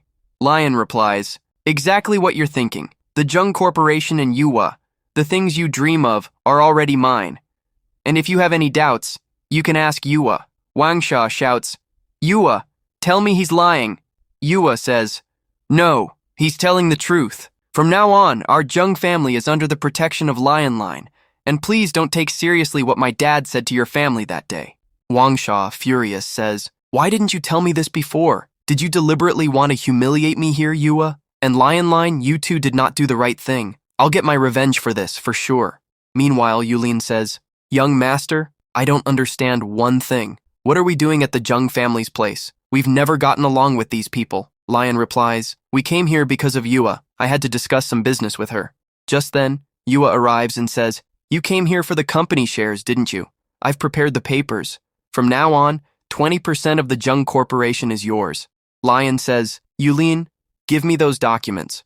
Yua, these documents contain 10% shares of our Lion family. I'm giving them to you because I trust you.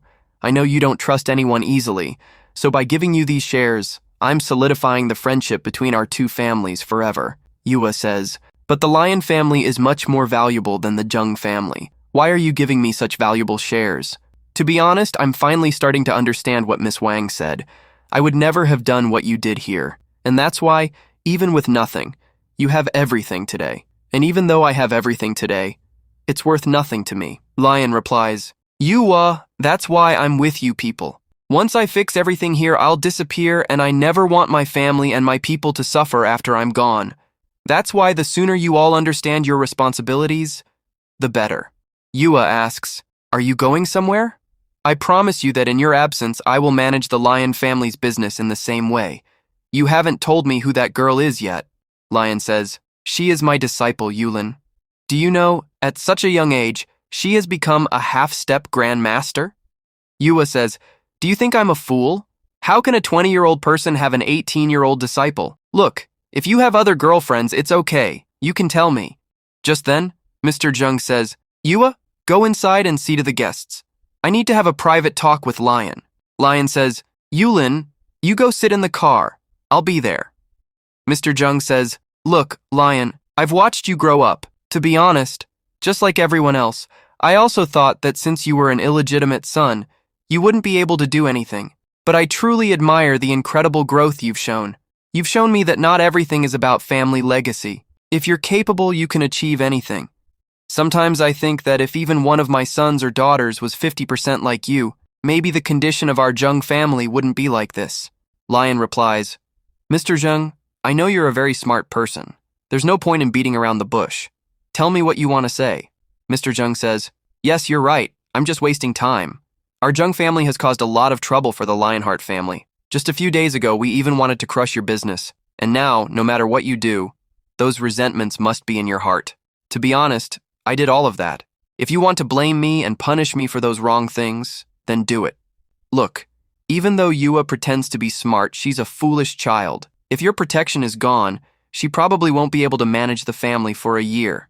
Lion replies, don't worry, I've already forgotten about the past. And besides, I call very few people friends. If I'm calling Yua a friend, then the entire responsibility is on me. As long as your Jung family doesn't cause any trouble, there won't be any trouble from our side either. And I've already given Yua 10% of my Lion Corporation. I don't think there's a better way to show my sincerity. Mr. Zheng says, as long as I'm alive, I promise that the Jung family will be the Lionheart family's loyal dog. If the Lionheart family ever faces any trouble, they'll have to face the Jung family first. Lion says, I really like what you said. If you stand by your words, it will be very beneficial for you all. By the way, I'm sorry for what happened to Brother Jung. Then Lion gets into his car and says, Yulin, tell Auntie that we'll be going to Jungki Sect for a few days. That place will be great for your cultivation. On the other hand, we see Wang Xiao, who is sitting in his car fuming. Wang Xiao says, Dad, that jerk Leon and Yuan have completely embarrassed me in front of everyone. I had no idea that bitch was in cahoots with that bastard. Do you know what people are going to say about me from tomorrow? Please, Dad, you have to help me get my revenge. Mr. Wang replies, I'll send you Brother Zong's number. He can help you. Then, Wang Xiao makes a call and says, Brother Zong, this is Wang Xiao. I heard your C family is amazing at setting up formations. I want to use your formation to kill that bastard. Xizong says, You're the young master of the Wang family. I'm curious to know which idiot has offended the young master of the Wang family. Then, Wang Xiao reveals the person's name is Leon. Leon is shocked and says, Did you say Leon? Look, it's not that I don't want to help you, but Leon is a really big shot. His name is on the list of top executives at Overtime Company. My grandpa told me not to mess with even a normal person from Overtime Company. And you're asking me to kill a top executive? Wang Xiao says, Oh, so he's associated with Overtime Company. Now I get why he was acting so arrogantly. Xizong says, Take my advice and forget about Leon. Everyone knows how much power that company holds. The Jiangis sect doesn't have the power to openly offend them, so what is our Sai family? Wang Xiao says, If I offer you 3 million, will you do it? Xizong says, Not for 3 million, not even for 30 million. Wang Xiao then says, By the way, have you recently seen a movie? I forgot the name, but after watching it, everyone's inner animal awakened. The actress became quite famous, didn't she? Xizong says, Yes, I remember it. She's a very beautiful actress. Wang Xiao says, She's coming to our country next month. If you kill Leon, I can fix a date for you with her. Xizong, excited, says, Why didn't you tell me about this before? I'm packing my bags right now to go to Jiangis. After hanging up the call, Xizong says, I've saved a picture of that actress. I never thought I'd get the chance to go on a date with her. Then Xizong yells, Mom, Dad, I'm going to Jiangis to wish Elder Zhuangling a happy birthday. Xizong's mom says, Take care of yourself there. Don't do anything stupid. 2 days later at the airport, Yulin says, Young master, the birthday is next month, so why are we leaving so early? Leon says, It's because we're not going for a birthday party.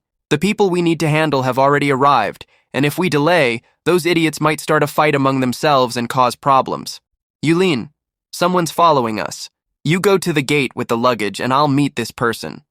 Yulin says, Young master, there are so many people here. If we fight at the airport, we'll be thrown out. Leon says, There won't be a fight. The person who has come here isn't here to cause trouble. We see a woman following him, who is none other than Miss Wu. Miss Wu says, I told Chairman Lu Sen that I wanted to go with Leon, but this Leon came to the airport alone and didn't even tell me. If I hadn't asked Leon's dad, I wouldn't have known he was at the airport. Then, Leon comes up behind Miss Wu and says, What would you do if you found Leon? Miss Wu says, That's the problem. I can't do anything, but I'll complain to his dad and get him caught. Leon says, Your plans are quite dangerous.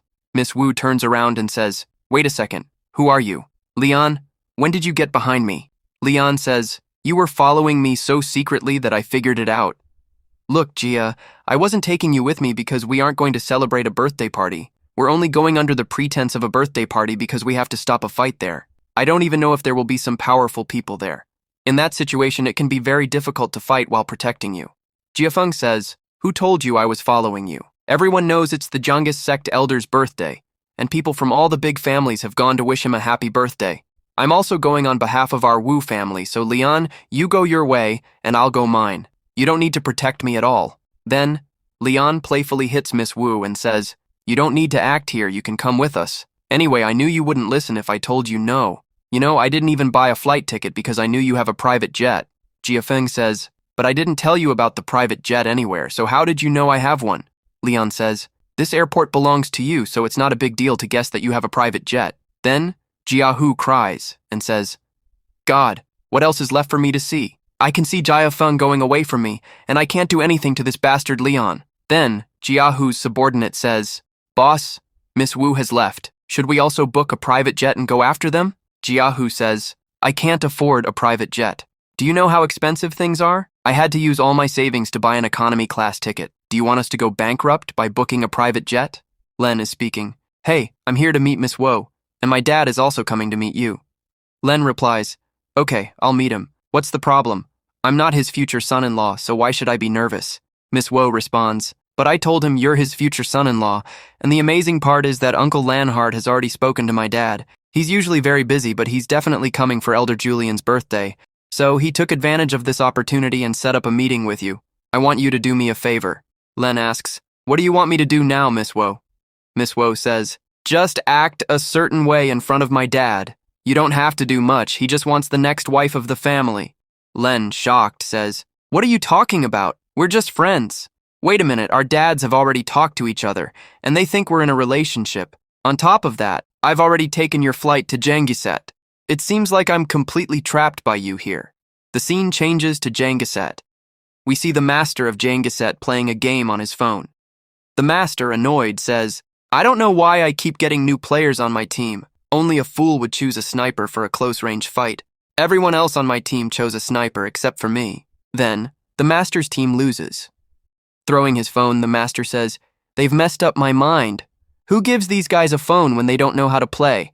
My record is ruined because of these new players. A disciple comes and says, Master, the list of everyone who is coming to celebrate your birthday is here. The master says, Yes, I'll check it. It's the same old faces every year anyway. The elder, looking at the list, says, Wait, is Len Lanhart coming? Finally, a new face for my birthday.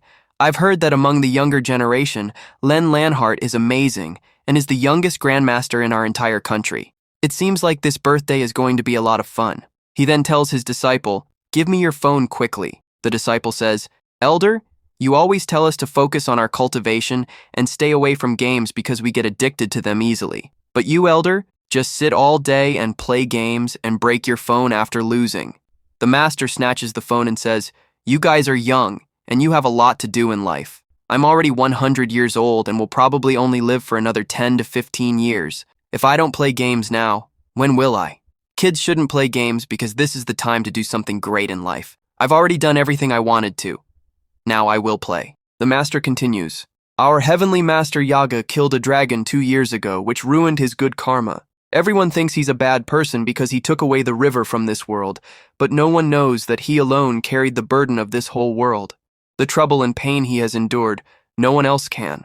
But for some reason, I feel that the time has come for him to be free from his pain, and it is related to this boy, Leo Lanhart. Miss Woe says, "You know, Len, the Sima family, the Yug family, and the Ma family are already here." Len says, "We came here a month ago ourselves, and they came even before us. I also feel that something big is going to happen here this time.